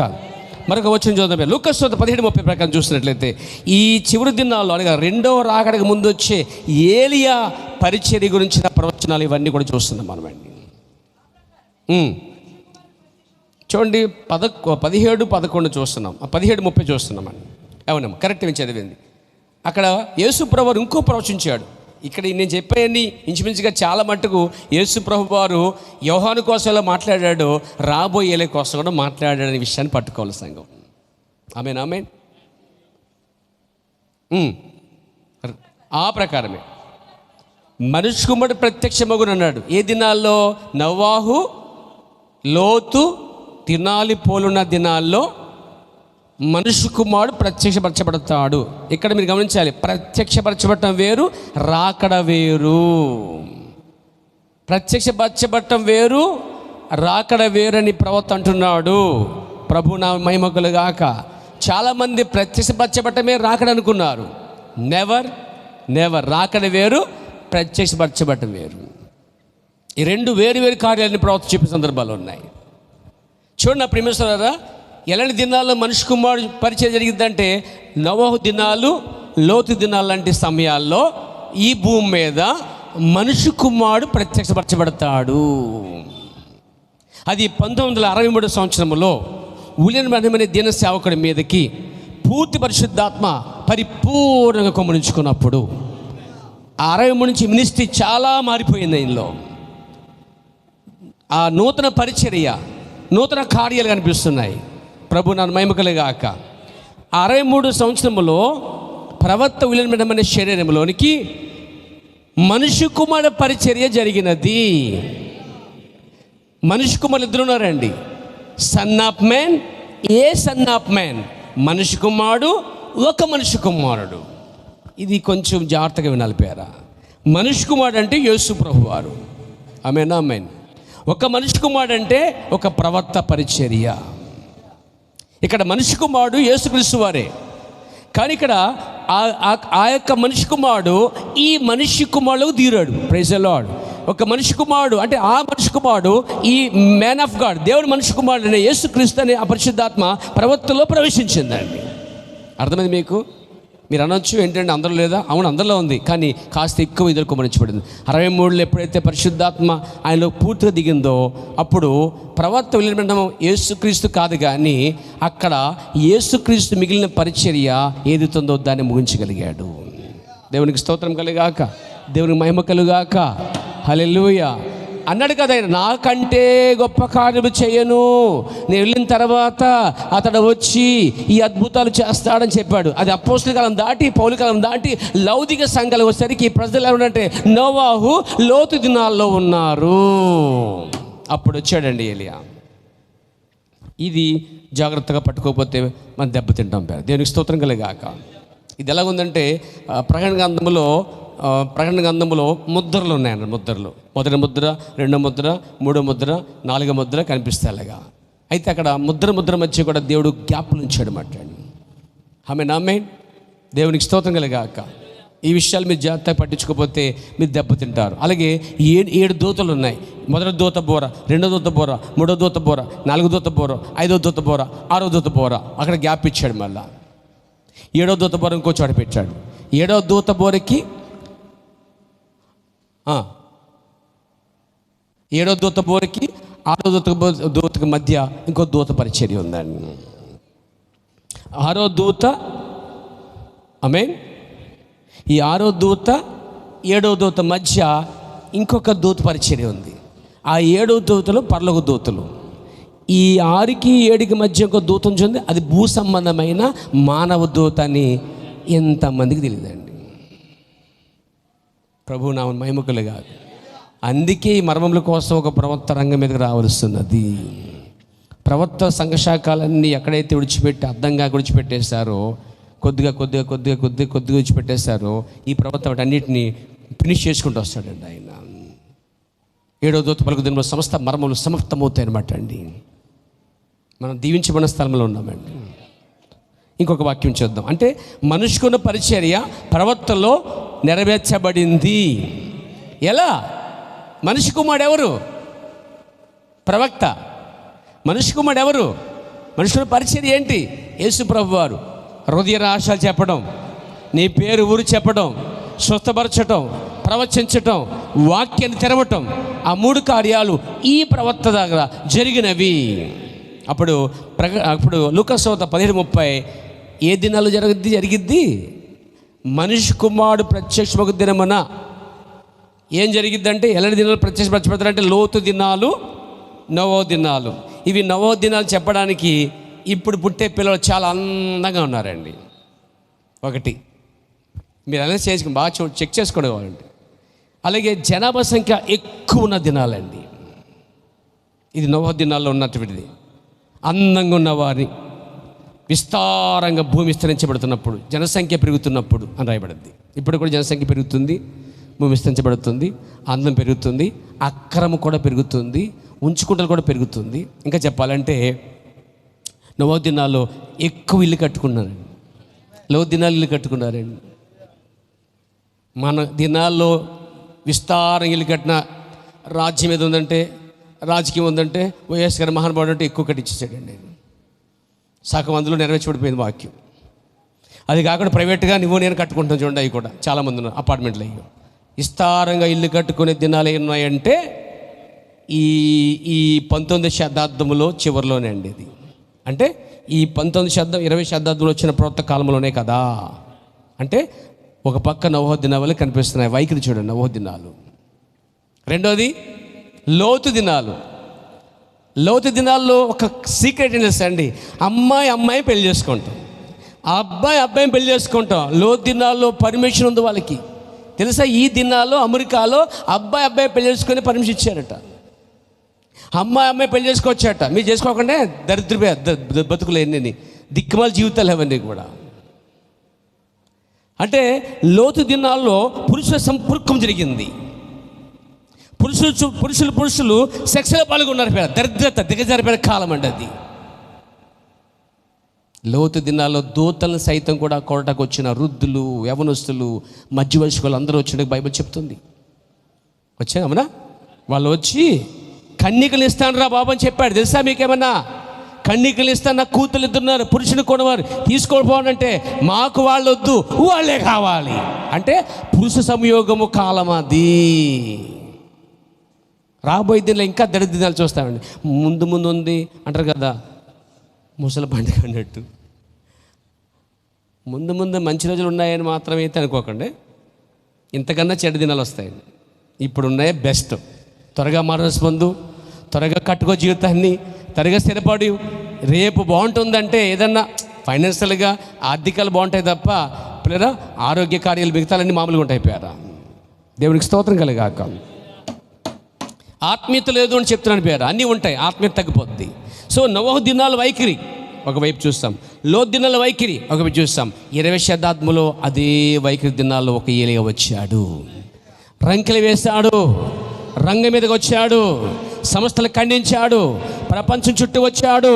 అతడే ఊలియన్మై ఉన్నాడు. సంఘానికి ఇది స్పష్టత కాకపోతే ఇంకా స్పష్టత కొరకు ఎదురు చూడవలసిన అవసరం నీకు లేదు. ప్రభు నా మహిమ కలుగాక. కాబట్టి ఇక్కడ మనం చూస్తున్నాం, యేసు ప్రభు చెప్పినట్టుగా మనుషుల పరిచర్య అతనిలో నెరవేర్చబడింది. మనిషి కుమారుడు ఎప్పుడు ఆ మనుషుల పరిచర్య అంటే మనిషి కుమారుడు ఎప్పుడు ప్రత్యేకపరచబడతాడంటే లోతు నోవాహు దినాలు ఉన్న దినాలలో లాంటి దినాల్లో అతడు రంగం మీద ఉన్నప్పుడే ఆ పురుష సంయోగులు వివాహం చేసుకునే హక్కులు అక్కడ పొందుకున్నారు. అప్పట్లోనే ఈ శతాబ్దంలోనే జరిగిందండి. 20వ శతాబ్ద ప్రవక్త కాలంలో జరిగే కార్యాలన్నీ కూడా, కానీ అంతకుముందు జరగలే. అంటే ఇది రైట్ టైం. లౌకిక సంఘకాలానికి ముగింపు కాలం, లోకానికి ముగింపు కాలం, సంఘానికి ముగింపు కాలం, వర్తమానానికి ముగింపు కాలం, అన్యులకి ముగింపు కాలం, మొత్తం ముగింపు కాలం అంతా 7వ సంకల్పంతో సమాప్తమండి. ఇక 8వ సంఘకాలం 8వ దూత లేనే లేదు. ప్రభునామ మహిమ కలుగాక. యేసుక్రీస్తు 2వ రాకడకు ముందుగా ఏలియా వచ్చాడండి. ఆమేన్ ఆమేన్ ఆమేన్ చెప్పొచ్చా? మొదటి రాకడకు ముందుగా ఒక ఏలియా వచ్చాడు, 2వ రాకడకు ముందుగా ఏలియా వచ్చాడు. ఇంకా మనం 2వ రాకడ చెప్పుకోవట్లే, దాన్ని చెప్పుకోబోతున్నాం. కానీ 2వ రాకడ ముందుగా ఉన్న పరిచర్య మనం చెప్పుకున్నాం. ముందు దినాలు ఎలాగ ఉన్నాయి? దేవునికి స్తోత్రం కలుగాక, దేవునికి మహిమ కలుగాక. ఇంకొక సూచన ఇస్తాను. ఇది లోతు నోవహు దినాల్లో మనుషుకు పరిచర్య. ఇంకొక సూచన తెలుసా అండి? అబ్రహాం దగ్గరికి దేవుడు దిగొచ్చాడు. అబ్రహాం దగ్గర ఆయన దిగవచ్చి పూర్తిగా అన్ని విషయాలు బయలుపరుస్తున్నాడు, వాగ్దానం చేస్తున్నాడు. దాని అర్థం తెలుసా? ఈ దినాల్లో అక్కడ 3 కార్యాలు ఉన్నాయి. లోతు సంతతి వారు ఉన్నారు, సొదొమీలు ఉన్నారు, అబ్రహాము సంతతి వారు ఉన్నారు. కానీ బలిష్ట దూతగా ఆ గొప్ప యెహోవా, బలిష్ట దూత ఎవరు బలిష్ట దూత? దేవుడేనండి, క్రీస్తేనండి. కాబట్టి ఆ గొప్ప యెహోవా ఏం చేశాడు? దూతలు తీసుకుని ఆయన ఏమేన్ ఎక్కడికి వచ్చాడు? సొదొమీల దగ్గర కాదు, సొదొమీల దగ్గర కాదు, లోతు దగ్గర కాదు. ఎక్కడికి వచ్చాడంటే అబ్రహాం దగ్గరికి వచ్చాడండి. అబ్రహాముకి భవిష్యత్తు చెప్తున్నాడు.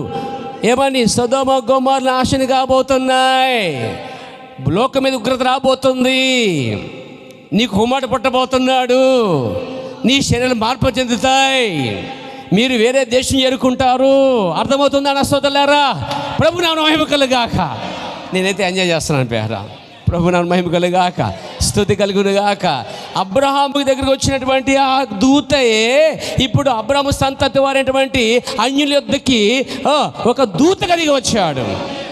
ఆయన దిగి వచ్చి ఈ పుస్తకం తెరిచి ఒక చిన్న దూతకి ఇచ్చాడు. ఆ దూత రాబోయే భవిష్యత్తు చెప్తా ఉండిపోయారా. ఇక్కడ అబ్రహాం దగ్గరికి వచ్చిన ఆ దూత యెహోవా అయితే, ఇక్కడ అన్యులకు వచ్చిన దూత వీళ్ళని చెప్పండి సుమా. బలిష్ట దూత యేసుక్రీస్తు వారు. బలిష్ట దూత ఒక పాదము సముద్రం మీద, ఒక పాదం భూమి మీద పెట్టి గజ సింహం వల్ల ఇస్తున్నప్పుడు ఒక పుస్తకం తెరుచుకొని ఇంకో దూతకి ఇస్తున్నాడండి. అక్కడ ఆ ఇంకో దూతయే వీళ్ళని మరణమయ్యి ఉన్నాడు. అబ్రహాం దగ్గరికి వచ్చిన వర్తమానికుడు ఇప్పుడు అబ్రహాం సంతతి రాజ సంతతికి వచ్చిన వర్తమానికుడు. అబ్రహాం సంతతికి వాగ్దాన కుమారుడు. ఇప్పుడు అబ్రహాంకి రాజ సంతతి వాగ్దాన కుమారుడు ఎవరు? పెండ్లి కుమారుడు యేసుక్రీస్తు వారు. అక్కడేమో ఇస్సాకు కోసం ఎదురు చూస్తున్నారు వాళ్ళు, ఇక్కడేమో 2వ ఇస్సాకు కోసము ఇక్కడ రెబెక్క ఎదురు చూస్తున్నట్టుగా ఉన్నది. ఓ ప్రభువుని మహిమ కలుగాక. అక్కడ రాయబడిన వాక్యం ఇచ్చాడండి.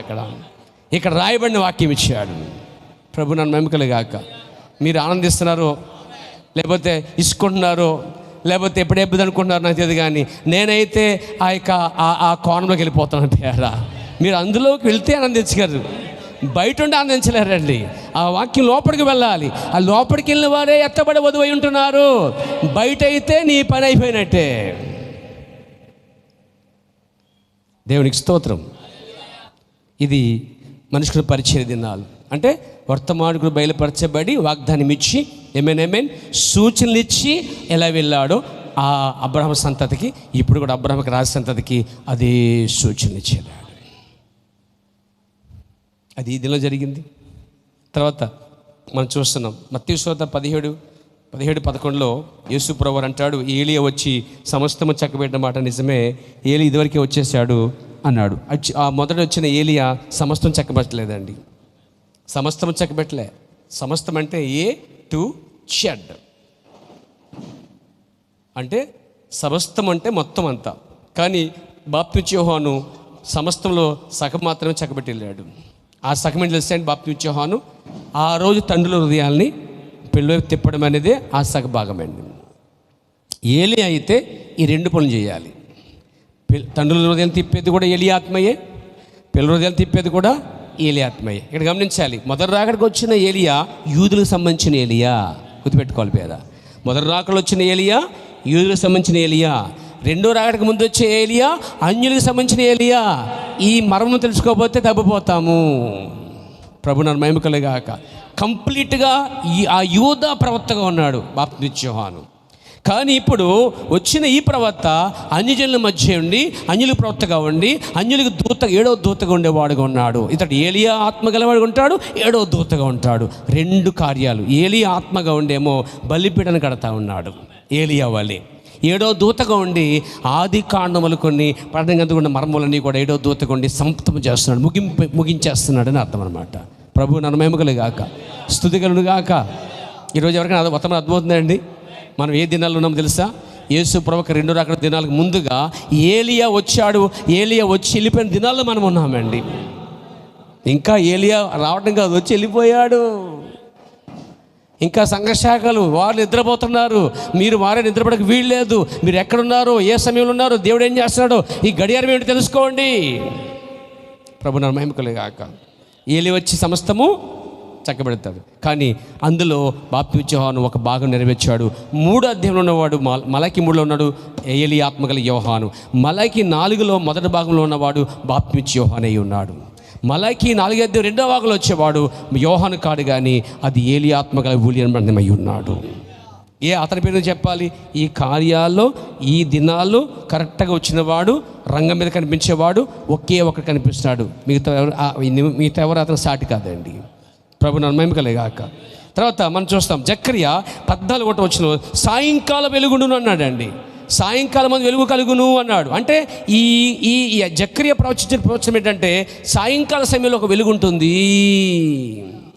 సాయంకాలం వెలుగును ఒక ఆయన ప్రకటిస్తాడు. అది సాయంకాలం వెలుగై ఉండాలి. వచ్చినవాడు కూడా సాయంకాలం వర్తమానం కూడా ఉండాలి. వర్తమానం కూడా సాయంకాలం వర్తమానమై ఉండాలి. ఓ ప్రభు నన్ను మహిమ కలుగాక. అంటే సమయము సాయంకాలం, వచ్చినవాడు సాయంకాలం, పట్టబడిన వధువు కూడా సాయంకాలం. ఇది ఉదాహరణ ఎలియాజరే.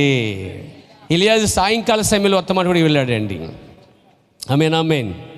ఆ వధువు కూడా సాయంకాలమే కొనబడింది. అంటే కొనబడింది, ఎన్నిక చేయబడింది. అతని వర్తమానం కూడా సాయంకాల వర్తమానమే. అబ్రహాము, ఇస్సాకు, యాకోబు ప్రవచనలు చెప్పుకుంటూ వచ్చాడు. ప్రభు నామమున మహిమ కలుగాక. ఆ ఇస్సాకు యొక్క వర్తమానం చెప్పుకుంటూ వచ్చాడు. ఒక వధువుని ఎన్నుకుంటూ వచ్చాడు, తీసిపడకు వచ్చాడు. టోటల్గా 7వ సంఘకాలము సాయంకాల సమయం. 7వ కాలపు దూత సాయంకాల వర్తమానికుడు. Evening messenger, evening message, evening bride అనమాట. అంటే సాయంకాల వర్తమానికుడు, సాయంకాల వర్తమానము, సాయంకాలం వచ్చే వధువు. ఈ సాయంకాలం వెలుగు కోసం మాట్లాడేవాడు కూడా సాయంకాల వర్తమానికుడేనండి. మరి ఎవ్వరు దానికోసం మాట్లాడలేరు. ప్రభు నామమున మహిమ కలుగాక. కొండలా కుమ్మరించబడిన అనేక విషయాలు మన మధ్యలో ఉన్నాయండి. దాన్ని మీరు ఇమిడ్చుకోకపోతే, దాన్ని తీసుకోకపోతే అది వ్యర్థమైపోతుంది. దేవునికి మహిమ కలుగాక. కాబట్టి సాయంకాలం ముందు ఒక వెలుగు కలుగును అన్నాడు. చూడండి, ఆ వెలుగే ఈ కాలపు వర్తమానమైనది. ఆ వెలుగు కోసం సాక్ష్యం ఇచ్చేవాడు ఈ కాల వర్తమానం కూడా ఉన్నాడు. ఆ వెలుగులో నడుచుకుని అంగీకరించేది ఒక వధువు ఉంటుంది. వారు మాత్రమే దాన్ని అంగీకరిస్తారు. వారికే ఆ సాయంకాల వర్తమానం అర్థమవుద్ది. అంటే అండి ఒక విషయం చెప్తాను. ఎలియాజరు మాటలు ఏమన్నా ఈ రెబెకా పక్కన అర్థమవుతుందంటారా? ఎలియాజరు ప్రసంగం అంతా రెబెకాకు మాత్రం తప్ప మిగతా ఎవరికి కూడా అర్థం కావట్లేదండి. ఈ వర్తమానం కూడా రెబెకాకు అర్థమవుతుందండి. రెబెకా ఉంటే అర్థమవుతుంది. వాళ్ళు కూడా ఆమె చెప్పారు, వాళ్ళు స్తోత్రం అన్నారు, వాళ్ళు పాటలు పాడారు, అన్నీ చేశారు. కానీ ఆయనతో పాటు వెళ్ళలేదు. మనం ఆయనతో పాటు వెళ్ళాలి. దేవునికి స్తోత్రం కలుగాక, దేవునికి మహిమ కలుగాక. చూసారా, సాయంకాలం వర్తమానికుడు, సాయంకాలం బ్రైడు. ఆమె సాయంకాలం వచ్చింది నీళ్ళు తోడుకోవడానికి. ఆ సాయంకాలం వర్తమానం జరిగిందండి. ప్రభు నా మహిమ కలుగాక. కాబట్టి ఈ సాయంకాలం వెలుగు కోసము సాయంకాలం వర్తమానికుడు తప్ప ఆయన, అసలు ఆ విషయం ఆయన తప్పే కాదు. మళ్ళా అంటే ఇది లౌకిక సాయంకాలం, ఇది సాయంకాలం కాలము, సాయంకాలం వర్తమానికుడు. దేవుని నామమున మహిమ కలుగును గాక. ఆ తర్వాత మనం చూస్తున్నాము జకర్యా 4:5 వచనంలో పునాది యొక్క తలరాయిగా పరిచర్య ఉంటుందండి. జకర్యా 4 అధ్యాయంలో ఏం జరిగింది తెలుసా? జెరుబ్బయలు వ్యక్తి ఒక పునాది వేస్తున్నాడండి. ఆమేన్, ఆమేన్. అతని చేతులే ఆ పునాది వేసను, అతని చేతులే నిర్మించి రాయబడుద్ది. ఆ జెరుబ్బేలు అయితే పునాది వేస్తున్నాడో, ఈ కాల వర్తమానికుడు కూడా ఆ అపోస్తలులు ప్రవక్తలు వేసిన పునాది మీదే అదే బాప్తిసము, అదే కార్యములు, అవే అద్భుతాలు, అవే విశ్వాసము, అదే వెలుగు తీసుకొస్తున్నాడండి. పౌలు ఏది బోధించాడు, నేను అదే బోధించాను అన్నాడు. పౌలు ఎక్కడ పునాది వేశాడు, అదే వాక్యాన్ని పునాది వేస్తున్నాను. పౌలు దేనికోసం మాట్లాడాడు, నేను దానికోసం మాట్లాడాను. అంటే అర్థం ఏంటంటే అక్కడ పునాది యొక్క తలరాయి పరిచర్యగా ఉన్నది. జెరుబ్బేలు పునాది వేస్తున్నాడు, మళ్ళీ అక్కడ తలరాయి పెడతా ఉన్నారు. అక్కడ అర్థం ఏంటంటే తలరాయి పరిచర్య కాలంలో వస్తున్నాడు. అంటే విశ్వాసం, సద్గుణం, జ్ఞానం, ఆశ్చర్యకరం, తర్వాత సహనము, దైవభక్తి, సహోదర ప్రేమ, ఆ తర్వాత వచ్చేది పరిశుద్ధాత్మ తర్వాత వచ్చేది తలరాయి. మనం తలరాయి కాలంలో ఉన్నాము. సంఘం వెళ్ళి ఆయన అదుక్కునే సమయంలో ఉన్నాము. శిరస్సు యేసు ప్రభువుకు ఉన్నాడు, శరీరం సంఘంగా ఉంది. ఒక దినం మన మధ్యాకాశంలో ఇవి కలుసుకోబోతున్నాయి. విషయం ఏంటంటే కొంతమంది ఇక్కడే కలిపేశారండి, ఇక్కడే కలిపేశారు. ఆ కలిపే మధ్యలో పరిశుద్ధాత్మ ఉందండి. పరిశుద్ధాత్మ ఎప్పుడు తీసివేయబడద్దో అప్పుడు కలపబడద్ది. కానీ పరిశుద్ధాత్మ ఇవ్వబడలేదు ఇంకా. తెలుసా, పౌలు చెప్పాడు పరిశుద్ధాత్మ అడ్డగించుచున్నది అన్నాడండి. పరిశుద్ధాత్మ ఏం చేస్తుంది, కాపాడుతుందండి. పరిశుద్ధాత్మ వధువుని ఏం చేస్తుంది, కాపాడుకుంటూ వస్తుందండి. పరిశుద్ధాత్మ దగ్గరుండి వధువుని కొనిపోవద్దండి, అప్పుడు అతకబడుతుంది. కొన్ని సంఘాల్లో ఆ పిరమిడ్ తలరాయిని అతికేసిన సందర్భాలు చూసే సందర్భాలు ఉన్నాయండి. దేవునికి స్తోత్రం కలుగాక. వింటున్నారా? ప్రభు నామ మహిమ కలుగాక. మనం యేసుక్రీస్తు యొక్క రెండో రాకడకు ముందుకు వచ్చిన ఏలే కోసం మాట్లాడుకుంటున్నాం. ఆ ఏలే గురించిన ప్రవచనం కోసం మాట్లాడుకుంటున్నాం. ఈ చిరు దినములకు వాగ్దానం చేయబడిన విలియం బ్రాన్హమ్ యొక్క పరిచర్య కోసం చెప్పిన ప్రవచనం చెప్పుకుంటున్నామండి. ఎందుకంటే ఈ వచనాలన్నీ ఒకళ్ళలోనే జరుగుతున్నాయండి, ఇంకెవడికి మ్యాచ్ అవ్వట్లే. ఎవరంటాడు ఆయనేనా, మేం కాదని వస్తాడు. ఒకవేళ వచ్చారు, దేవదాస్ గారు వచ్చారు, ఎక్కడ మ్యాచ్ అవుతున్నాడు ఆయన? ఏసన్ గారు వచ్చారు, ఎక్కడ మ్యాచ్ అవుతున్నాడండి ఆయన? ఎవరంటాడు రంజిత్ ఓఫర్ అంటున్నాడు, అది నేనే ఏలియా అంటున్నాడు ఆయన. తెలుసా, రంజిత్తోనే ఓఫర్ ఉన్నాడు ఆయన, ఓఫర్ రంజిత్ సంథింగ్, ఆయన నేనే ఏలియా అంటున్నాడు. 7 ముద్దలు నా దగ్గర వచ్చాయి అంటున్నాడు. కాపీ కొట్టిన దుర్మార్గుడు అని చెప్పచ్చు, ఏం డౌట్ లేదు. Praise the lord. చూడండి, 7వ దూత ఒకటే ఉంటుంది అక్కడ. 7వ దూత వీళ్ళ రాయబడలేదు, ఎందుకంటే రాయబడితే అది వేరే విషయం. పరిశుద్ధాత్మ దాన్ని బయలుపరుస్తుంది. ఆ కన్యక ఎలా రాయబడలేదు, అలా ఉంది ఇది కూడా. అతడు అరణ్యంలో ఏకలివి ఎలాగుందో అలా ఉంది ఇది కూడా. ఎప్పుడు వాక్య క్రమంలో ఉంది, దాన్ని బయలుపరిచేది పరిశుద్ధాత్మయే. అందరూ దురిపై నేనే అంటున్నారు. నేనే నువ్వే అంటే బోధ దగ్గర, బాప్తిం దగ్గర, ఆరాధన దగ్గర, వాక్యం దగ్గర, అన్నిటి దగ్గర తేడా ఉంది. నేను ఎక్కడ తీసుకొద్దాం అక్కడికి, ఆయన సెట్ అవ్వట్లేదు, వాళ్ళ పిల్లల కుటుంబాలు చెప్పట్లేదు, సెట్ అవ్వట్లేదు. పోనీ రాజమండ్రి జాన్వేస్ తీసుకొద్దాం అక్కడికి, అది సెట్ అవ్వట్లేదు.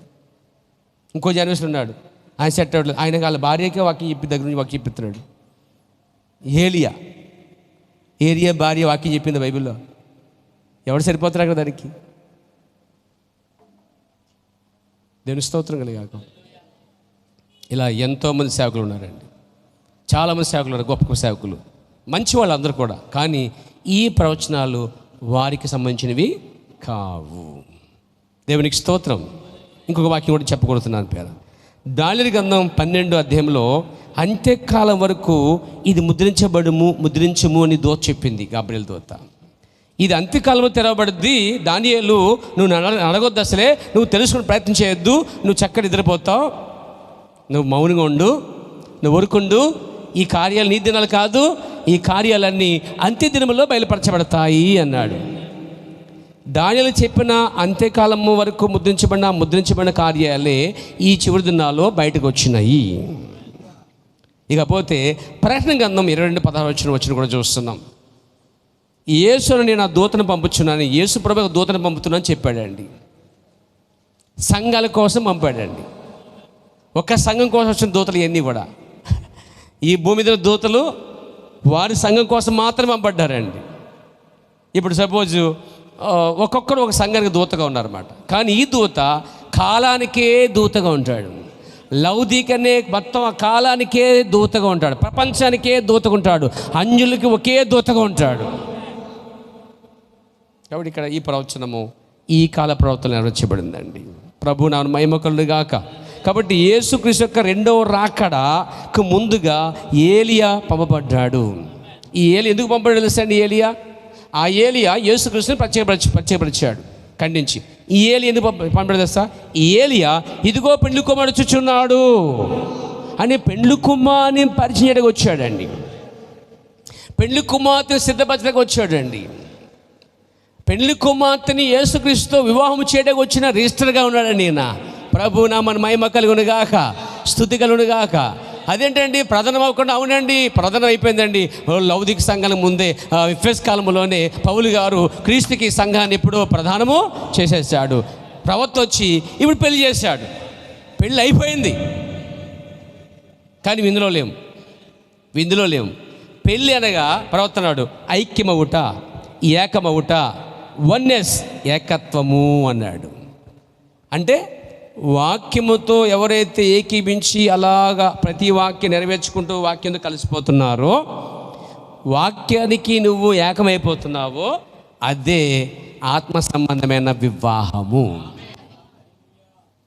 అందుకే ప్రవక్త అంటాడు, ఇప్పుడు మేము సంఘం పిలవట్లేదు, భార్య అని పిలుస్తున్నాడండి. అందుకే శ్రీమతి యేసు అని పిలవబడే సంఘం పేరా. కాబట్టి ఇప్పుడు క్రీస్తుతో వివాహం చేయబడ్డామా? చేయబడలేదా? వివాహం చేయబడ్డాం, కానీ పెళ్లి విందుకి సిద్ధపడుతున్నాం. చాలామంది అనుకుంటున్నారు మనం అలా వెళ్ళగానే బాజ్యభజంత్రులతోటి, తంబూరు నాదంతో, దూతల మధ్య పెళ్లి చేసుకుంటాడు యేసు ప్రభు అని అనుకున్న సంఘాలు ఎదురు చూస్తున్నాయి. ఈ సంఘాలంట అలా వెళ్ళిపోయిన తర్వాత అక్కడ పెళ్లి చేసుకుంటారట. ఎక్కడ? మధ్యాకాశంలో పెళ్ళికి వెళ్ళాము. చూడండి, పెళ్లి చేసుకోవడానికి వెళ్ళమండి. దానికి బైబిల్ ఆధారం ఉంది. చూడండి, ప్రకటన గ్రంథము 19వ అధ్యాయము ఏం చెప్తుందో చూద్దాం. వాక్యం ఏం చెప్తుందో చూద్దాం. ప్రభువు నాను మహిమ కలుగుగాక. 19 మరి ప్రైజ్ గాడ్ 9వ వచనం. మరియు అతడు నాతో ఇలాగూ చెప్పాను, గొర్రె పిల్ల పెండ్లి విందుకు పిలబడినవారు ధన్యులు. పెండ్లి విందుకు పిలుస్తున్నాడండి సంఘాన్ని పైకి, పెళ్ళికి కాదు. చాలామంది బాప్టిస్ట్ మెసేజ్ పెంతెకోస్తు అడగండి వెళ్ళి, అయ్యా మనం పెళ్లి చేసుకుంటామా? పెళ్లి చేసుకొని అడిగితే అప్పుడు పెళ్ళి అయిపోయిందా? ప్రభువు ఎదుర్కొనగానే అక్కడ పెళ్లి చేసుకుంటామంటారండి. సంఘం ఎత్తబడిన తర్వాత పెళ్ళి అనుకుంటున్నారు అందరూ. No no no no no సంఘం ఇక్కడ ఉండగానే ఇండివిజువల్గా ఒక్కొక్కరు మారుమనసు పొంది, బాప్తిస్మం పొంది, రక్షణ పొంది, వర్తమానం స్వీకరిస్తూ ఉంటుంటే వాళ్ళకి ఆటోమేటిక్గా యేసుక్రీస్తు వాక్యంతో కలవటం ద్వారా, వారు ఏకమవటం ద్వారా, వన్నెస్ అవటం ద్వారా అదే వివాహము. ఇక విషయం చెప్పనా, వివాహము అంటే వారిద్దరూ కలిసి ఉండుటయే వివాహం అండి. దానికి ఉంగరం పెట్టినా, మంగళసూత్రం పెట్టినా, ఏం పెట్టినా తర్వాత విషయం అది. వాళ్ళు కనుక ఇద్దరు ఏకమైపోయి, ఒక పురుషు స్త్రీలు ఇద్దరు ఏకమైపోయారు అంటే దేవుని దృష్టిలో వాళ్ళకి పెళ్ళి అయిపోయినట్టే.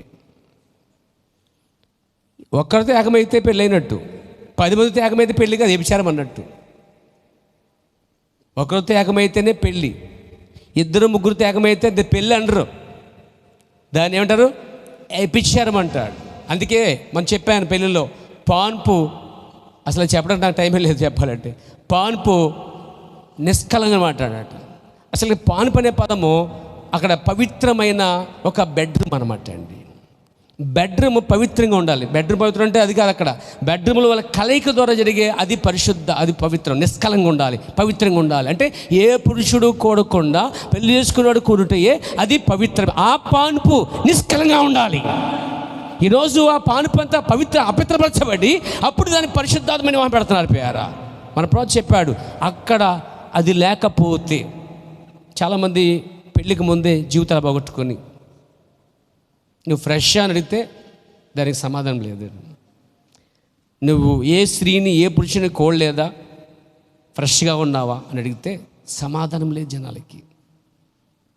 ఆ ఫ్రెష్గా ఉండి, పవిత్రంగా ఉండి, ఆ రెబకా వల్లే, కన్య వల్లే ఏ పురుషుడికి సంబంధం లేకుండా తాకకుండా ఉన్న శరీరం మీద ఉందో ఆ శరీరం పెళ్లి ద్వారా ఉంటే అది పవిత్రమైన కార్యం. అది పానుపు, పవిత్రమైన పానుపు అన్నమాట. డిడ్ఫీల్డ్ అన్నాడు, పవిత్రత అపవిత్రత అన్నాడండి దాన్ని.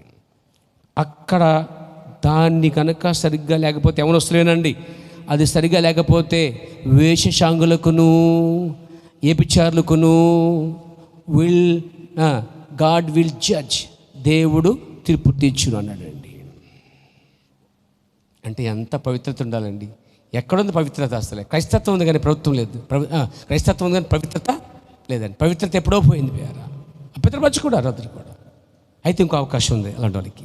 యేసుక్రీస్తు ద్వారా, రక్తం ద్వారా కడగబడి యేసు ప్రభుకైతే పవిత్రంగా ఉండే అవకాశం అయితే ఉంది.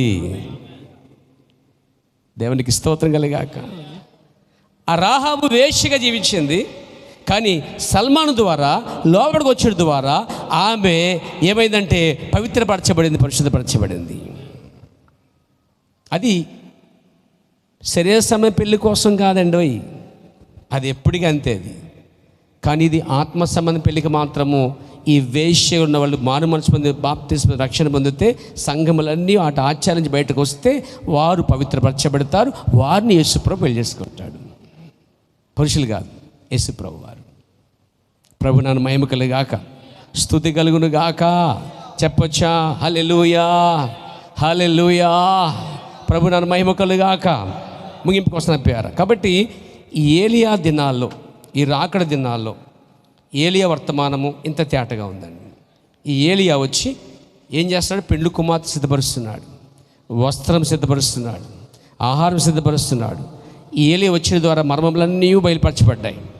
ఏలియా వచ్చిన ద్వారా బలిపీడలు కట్టబడ్డాయి అన్న. ఏలియా వచ్చిన ద్వారా ప్రపంచానికి తీర్పు తెచ్చబడుతుంది, అంటే వాక్యం వెళ్తూ ఉంది. ఈ ఏలియా వచ్చిన ద్వారా ఇక్కడ పిల్లక హృదయాలు ఆది అపోస్తుల విశ్వాస దెబ్బతిప్పబడుతున్నాయండి. ఈ పరిచర్య ఈ ఏలియాకి మాత్రమే ఇవ్వబడింది. ఆమేన్, ఆమేన్, ఆమేన్. నాతో ఉన్నారా? ఆమె చెప్పచ్చు హల్లెలూయా. చూడండి, ఇక్కడ మలాకీలో ఏ తండ్రి హృదయాలు, బి అంటే రెండో భాగం పిల్లల హృదయాలు. తండ్రి హృదయాలు ఇదివరకే మొదటి వచ్చిన యోహాను తిప్పేశాడు. పిల్లల హృదయాల్ని రెండో రాకడ ముందుగా వచ్చేవాడు తిప్పుతాడు. చూడండి, చెబుతున్నాను, అది ఏలి యొక్క రెండు రాకడలను కలగపు చేయలేదు. మలాకీ 3 ఆ యేసు ప్రభు మొదటి రాకడ వచ్చే ఏలియా. మలాకీ 4వ అధ్యాయంలో వచ్చేది ఆ పిల్లక రోజులు తిప్పే కార్యము మరొక ఏలియా, అది 4వ ఏలియా. ఆమేన్. కాబట్టి ఏలియా తండ్రి హృదయములను పిల్లల తట్టు త్రిప్పాను ఆ ఏలియా. క్రీస్తు మొదటి రాకడకు ముందుగానున్న దినములో వచ్చిన ఏలియా యోహాను. ఆ యోహాను ముసలి పిత్తలకు తండ్రి హృదయాలని పిల్లొక్క వర్తం వైపు తిప్పాను. మిగిలింది పిల్లొక్క హృదయములను తను తట్టు తిప్పుడకు ఆయన రెండవ రాకడలో చివరి దినాల్లో ఆయన తిరిగి అపోస్తల విశ్వాసం వైపు తిప్పుడకు ఒక ఏలియాని పంపును. నిజంగానే ఏలియా మొదట వచ్చి పిల్లల హృదయములను అనగా వధువు యొక్క హృదయములను తండ్రులు అనగా అపోస్తలకు వాక్య బోధ వైపు త్రిప్పును. అది మలాకి 4-5 వచనాలు అంటాడండి. 4-5 వచనాలు. ప్రభు నన్ను మహిమ కలుగాక. ఈ కాలపు వర్తమానికుడు ఏలియా యొక్క శక్తితో రావలియును.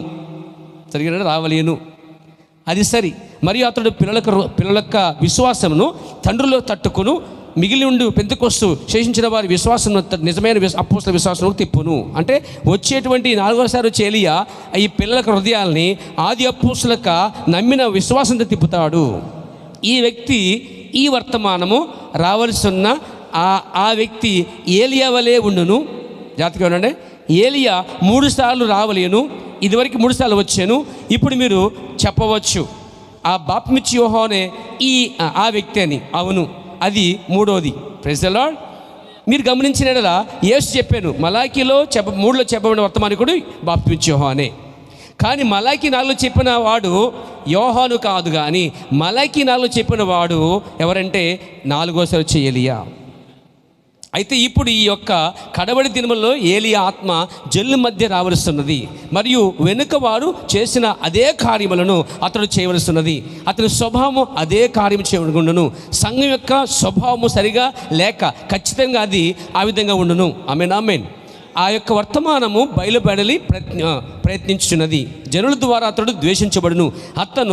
అతడు స్త్రీలను అలంకరించుకున్న స్త్రీలను చెడ్డవారిని ద్వేషించును. అరణ్యవాసిగా ఉండును, అరణ్యమును ప్రేమించును. ఒకప్పుడు కోపముతోను, ఒకప్పుడు వ్యసనముతోను ఏలియా వలె యోహాను వలె అతడు కలవరపడును.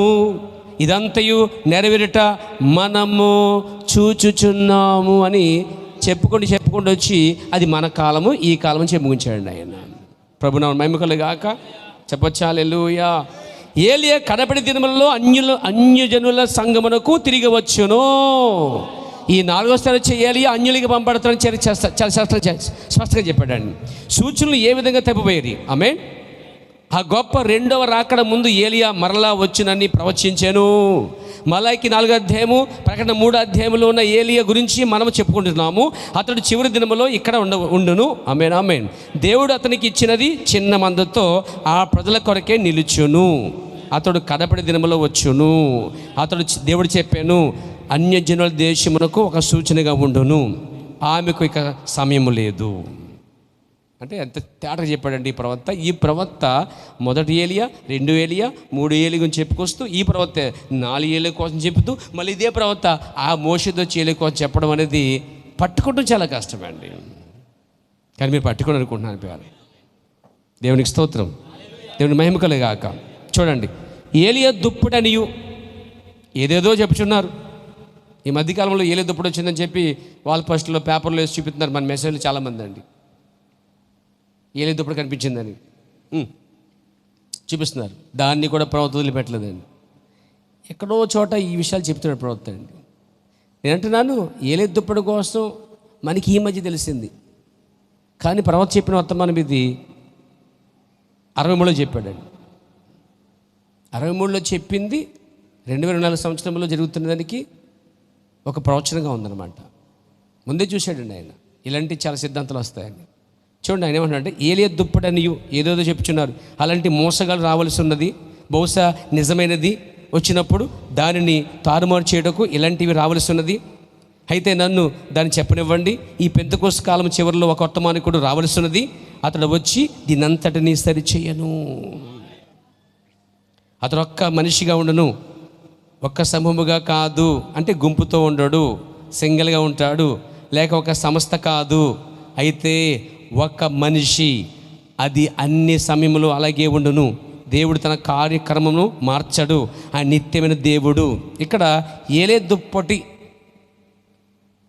చెప్పి ప్రజలు మోసగిస్తారు 63లో ప్రవక్త చెప్పాడు. కానీ నేను ఒక 5-6 సంవత్సరాల నుంచి ఈ ఏలే దుప్పటి కోసము అక్కడక్కడ వింటమే కాదు, దగ్గరికి వెళ్ళి వారెవరో చూసి అనిపోయాను. నేను పేరు చెప్పక్కర్లే. ప్రజల్లో అసలే మళ్ళీ అప్లై చేస్తాం యూట్యూబ్లో వెళ్ళిపోవడం అంత మనకి వచ్చింది. దేవునికి స్తోత్రం కలిగాక.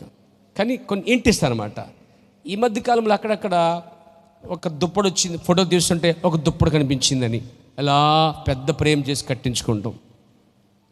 దాన్ని ఏలే దుప్పటి అని చెప్పడం, వాళ్ళు మ్యాగజైన్లోను కొన్ని కరపత్రాల్లోనూ వేసి చూపించడం జరుగుతూ ఉంది. ఏలియా దుప్పటి అనేది ఇక్కడ ప్రవక్త అంటున్నాడు, ఏలియా దుప్పటి అని ఏదేదో చెప్పుచున్నారు. అలాంటి మోసగాళ్ళు రావాల్సి ఉన్నదంటే అంటే నాకు అర్థమైంది, మీకు అర్థమవుతుందా? లేక నాకే అర్థమవుతుందా? అంటే మోసగాళ్ళ వాళ్ళు ఇప్పుడు మన మధ్య ఎవరు వచ్చి అయ్యా బాప్తిమిస్తుండగా, లేకపోతే పాట పాడుతుండగా, లేకపోతే ఏది చేస్తుండగా, ఫోటోలు తీస్తుండగా, ఫోటోలు చూస్తుండగా ఏదైతే ఇప్పుడు వచ్చింది అని చెప్పనుకోండి. వాళ్ళు ఎవరు? అది ఎవరన్నారు? జానగా అన్నారు, ఆమె తోసేయకండి, మీకేమైనా ఒప్పుకుంటే ఆమె తోసేసుకోండి. నాకు నా మీద తోకింది దయచేసి, నాకేదిగా కర్మ, ఏమైనా పెట్టుకోండి, అదే పెట్టుకోండి ఆయన చెప్పాడు. Praise the lord. ఈ మధ్యకాలంలో చెప్పేది అనిపిస్తుంది, కానీ మీరు తట్టుకోలేరు. దేవుని స్తోత్రం కలిగాక. దేవుడు మీకు ఆగ్రహింపించింది కాక, దానికి కూడా ప్రశాంతత కావాలి. నన్ను ప్రేమించలేరు, క్షమించలేరు కూడా.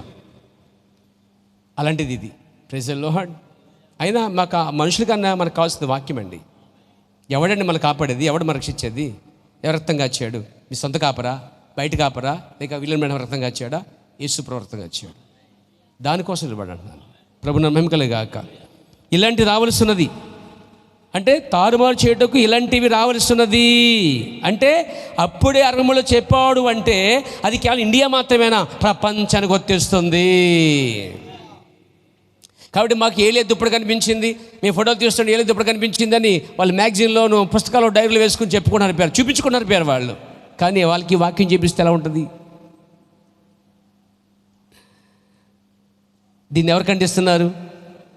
దీన్ని ఎవరు నొక్కు చెప్తున్నారు అంటే ఇలాంటిది ఒకటి వస్తుందని, ఇలాంటి మోసగాలు ఉంటారని ప్రవక్తకి పరిశుద్ధాత్మ ముందే అక్కడ చెప్పింది కాబట్టి, అది రికార్డ్ అయింది కాబట్టి ఇక్కడ వచ్చింది. అది రికార్డ్ అవ్వకపోతే మనం కూడా మోసపోతామేమో పేరా. కానీ మన కళ్ళు తెరిచేది వర్తమానం ఒకటేనండి. కేవలం ప్రవక్త వచ్చిన వర్తమానం మాత్రమే నమ్మనిపోయారా. అది ప్రవక్త కాకపోతే, ప్రవక్త దగ్గరగా ఉన్నా సరే, ప్రవక్తకిలా అనిపించినా కానీ దాన్ని నమ్మవద్దు. ప్రభు నామమున మహిమ కలుగుగాక.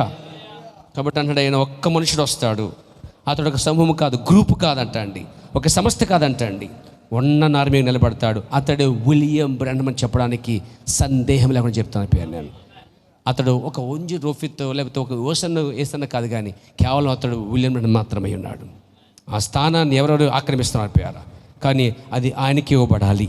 ప్రభు నామం కలుగాక.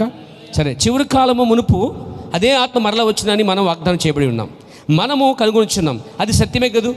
ఇప్పుడు గమనించండి, ముగిస్తాను. దాని యొక్క స్వభావమును చూడండి. ఇప్పుడు లూథరు, వెస్లీ తక్కిన వారు చేసినట్లు ఇంకొక సంఘకాలమును అతడు ప్రారంభించాడు. హలో, ఈ వచ్చిన 7వ వాడు ఇంకో సంఘకాలాన్ని ప్రారంభించినట్ట.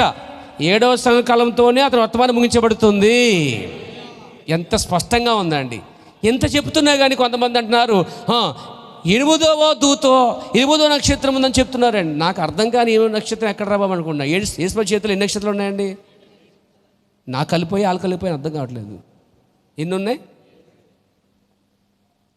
అయితే వాళ్ళు దీని గురించి మాట్లాడలే. ఆ ఆత్మ వేకు చొక్క రాకడా అని చెప్పి బోధిస్తారండి. అది కూడా విడిచిపెట్టేది లేదు. నేను దాన్ని కూడా క్లియర్ చేస్తాను వచ్చే వారం. ఆ 2 రాకడ కోసం, యేసు రాకడ వచ్చినప్పుడు చాలా సిద్ధాంతాలు. అసలు సమస్య సంఘశాఖలతో లేదు సార్, అన్యులతో లేదు సార్. సమస్య అంతా మెసేజ్, పాస్టర్ల మెసేజ్, సంఘాలతోనే, బోధలతోనే ఉంది సమస్య. సమస్య యుద్ధము చూడండి, ఇశ్రాయేల్ మధ్యలోనే, వారి మధ్యలోనే ఉంది. యెహోషువ కాలేబులు ఒక పక్షం అయితే వాళ్ళకి వేరుగా ఉన్నవారు ఎక్కువ పక్షం ఉన్నారు. అక్కడ యుద్ధం స్టార్ట్ అయింది. వీళ్ళు ఇతరులతో యుద్ధం చేస్తూ లోపల యుద్ధంలో ఉన్నారు. వీళ్ళు కూడా మనం ఇతరులతో యుద్ధం చేస్తూ లోపల వాళ్ళతో కూడా యుద్ధం చేస్తున్నామనే విషయం మర్చిపోవద్దు. మన శత్రువు బయట నుంచి లేడండి, మెసేజ్ లోపడే ఉన్నాడండి. అందుకే వర్తమానం గట్టిగా పట్టుకోగలిగితే శత్రువు ఎవరో మిత్రులు ఎవరు అర్థమవుద్దు మనకి. ప్రవర్తన వదిలేసామంటే మాత్రం అన్ని బోధలేనామంటే ఎంత గందరగోళం పడిపోతాం పేరా. అందుకే ప్రవర్తనాడు ఇంకొక సంఘకాలమును అతను ప్రారంభించాడు. అతను ఇంకొక సంఘమును స్థాపించాడు. ఎందుకనగా ఇక నుండి ఎటువంటి సంఘకాలములు ప్రారంభించబడవు, ఎటువంటివిగా ఉండవు. కావున అతను దాని వ్యతిరేకంగా ఉండవలెను. ఎందుకనగా అతని ఆత్మ ఆ వెనుకున్న ఆత్మ వల్లే, ఏలియా వల్లే ఆ ఆత్మ ఉండును. చాలా స్పష్టంగా చెప్పాడండి ఏలియా దుప్పటి గురించి, రాకడ గురించి చాలా సందర్భాలు ఈ చివరి దినాల్లో ఉంటున్న పేర. ఇప్పుడు మనము యేసు ప్రభువు 2 రాకడ ముందు వచ్చిన ఏలియా రాకడ కోసం మాట్లాడుకున్నాం. అతను వచ్చే ద్వారా బలిబిడి కట్టబడ్డాయి, వచ్చే ద్వారా మనసులు సరిచేయబడ్డాయి, అపోస్తల బోధలోకి రాగలిగారు, పిల్ల హృదయాలు తిప్పబడ్డాయి. పెళ్లి కుమారుడు ఇదిగో అని చెప్పడం, పెళ్లి కుమార్తెకి వర్తమానం ఇవ్వటం, పెళ్లి కుమార్తెని సిద్ధపరచడం, ఈ వర్తమానం ద్వారా యేసు ప్రభుకి భార్యగా చేయటం. అతడు పెళ్లి కుమారుని పరిచయకు వచ్చి ఉన్నాడు. దేవుడు దీవించి ఆశీర్వదించును గాక. లేచి నిలబడదాం పేరు, లేచి నిలబడదామండి. ఒకసారి అందరూ కళ్ళు మూసుకొని ప్రభుకి స్తోత్రం చెప్దామా? కొంచెం వర్తమానం ఎక్కువైంది పేర, అయినా సరే అది మనం ముగించడానికి దేవుడు సహాయం చేశాడు. ఈ కార్యాలు ఒకరోజు చెప్పే విషయాలు కాదు, కానీ చాలా ముఖ్యమైన విషయాలు పేరువి.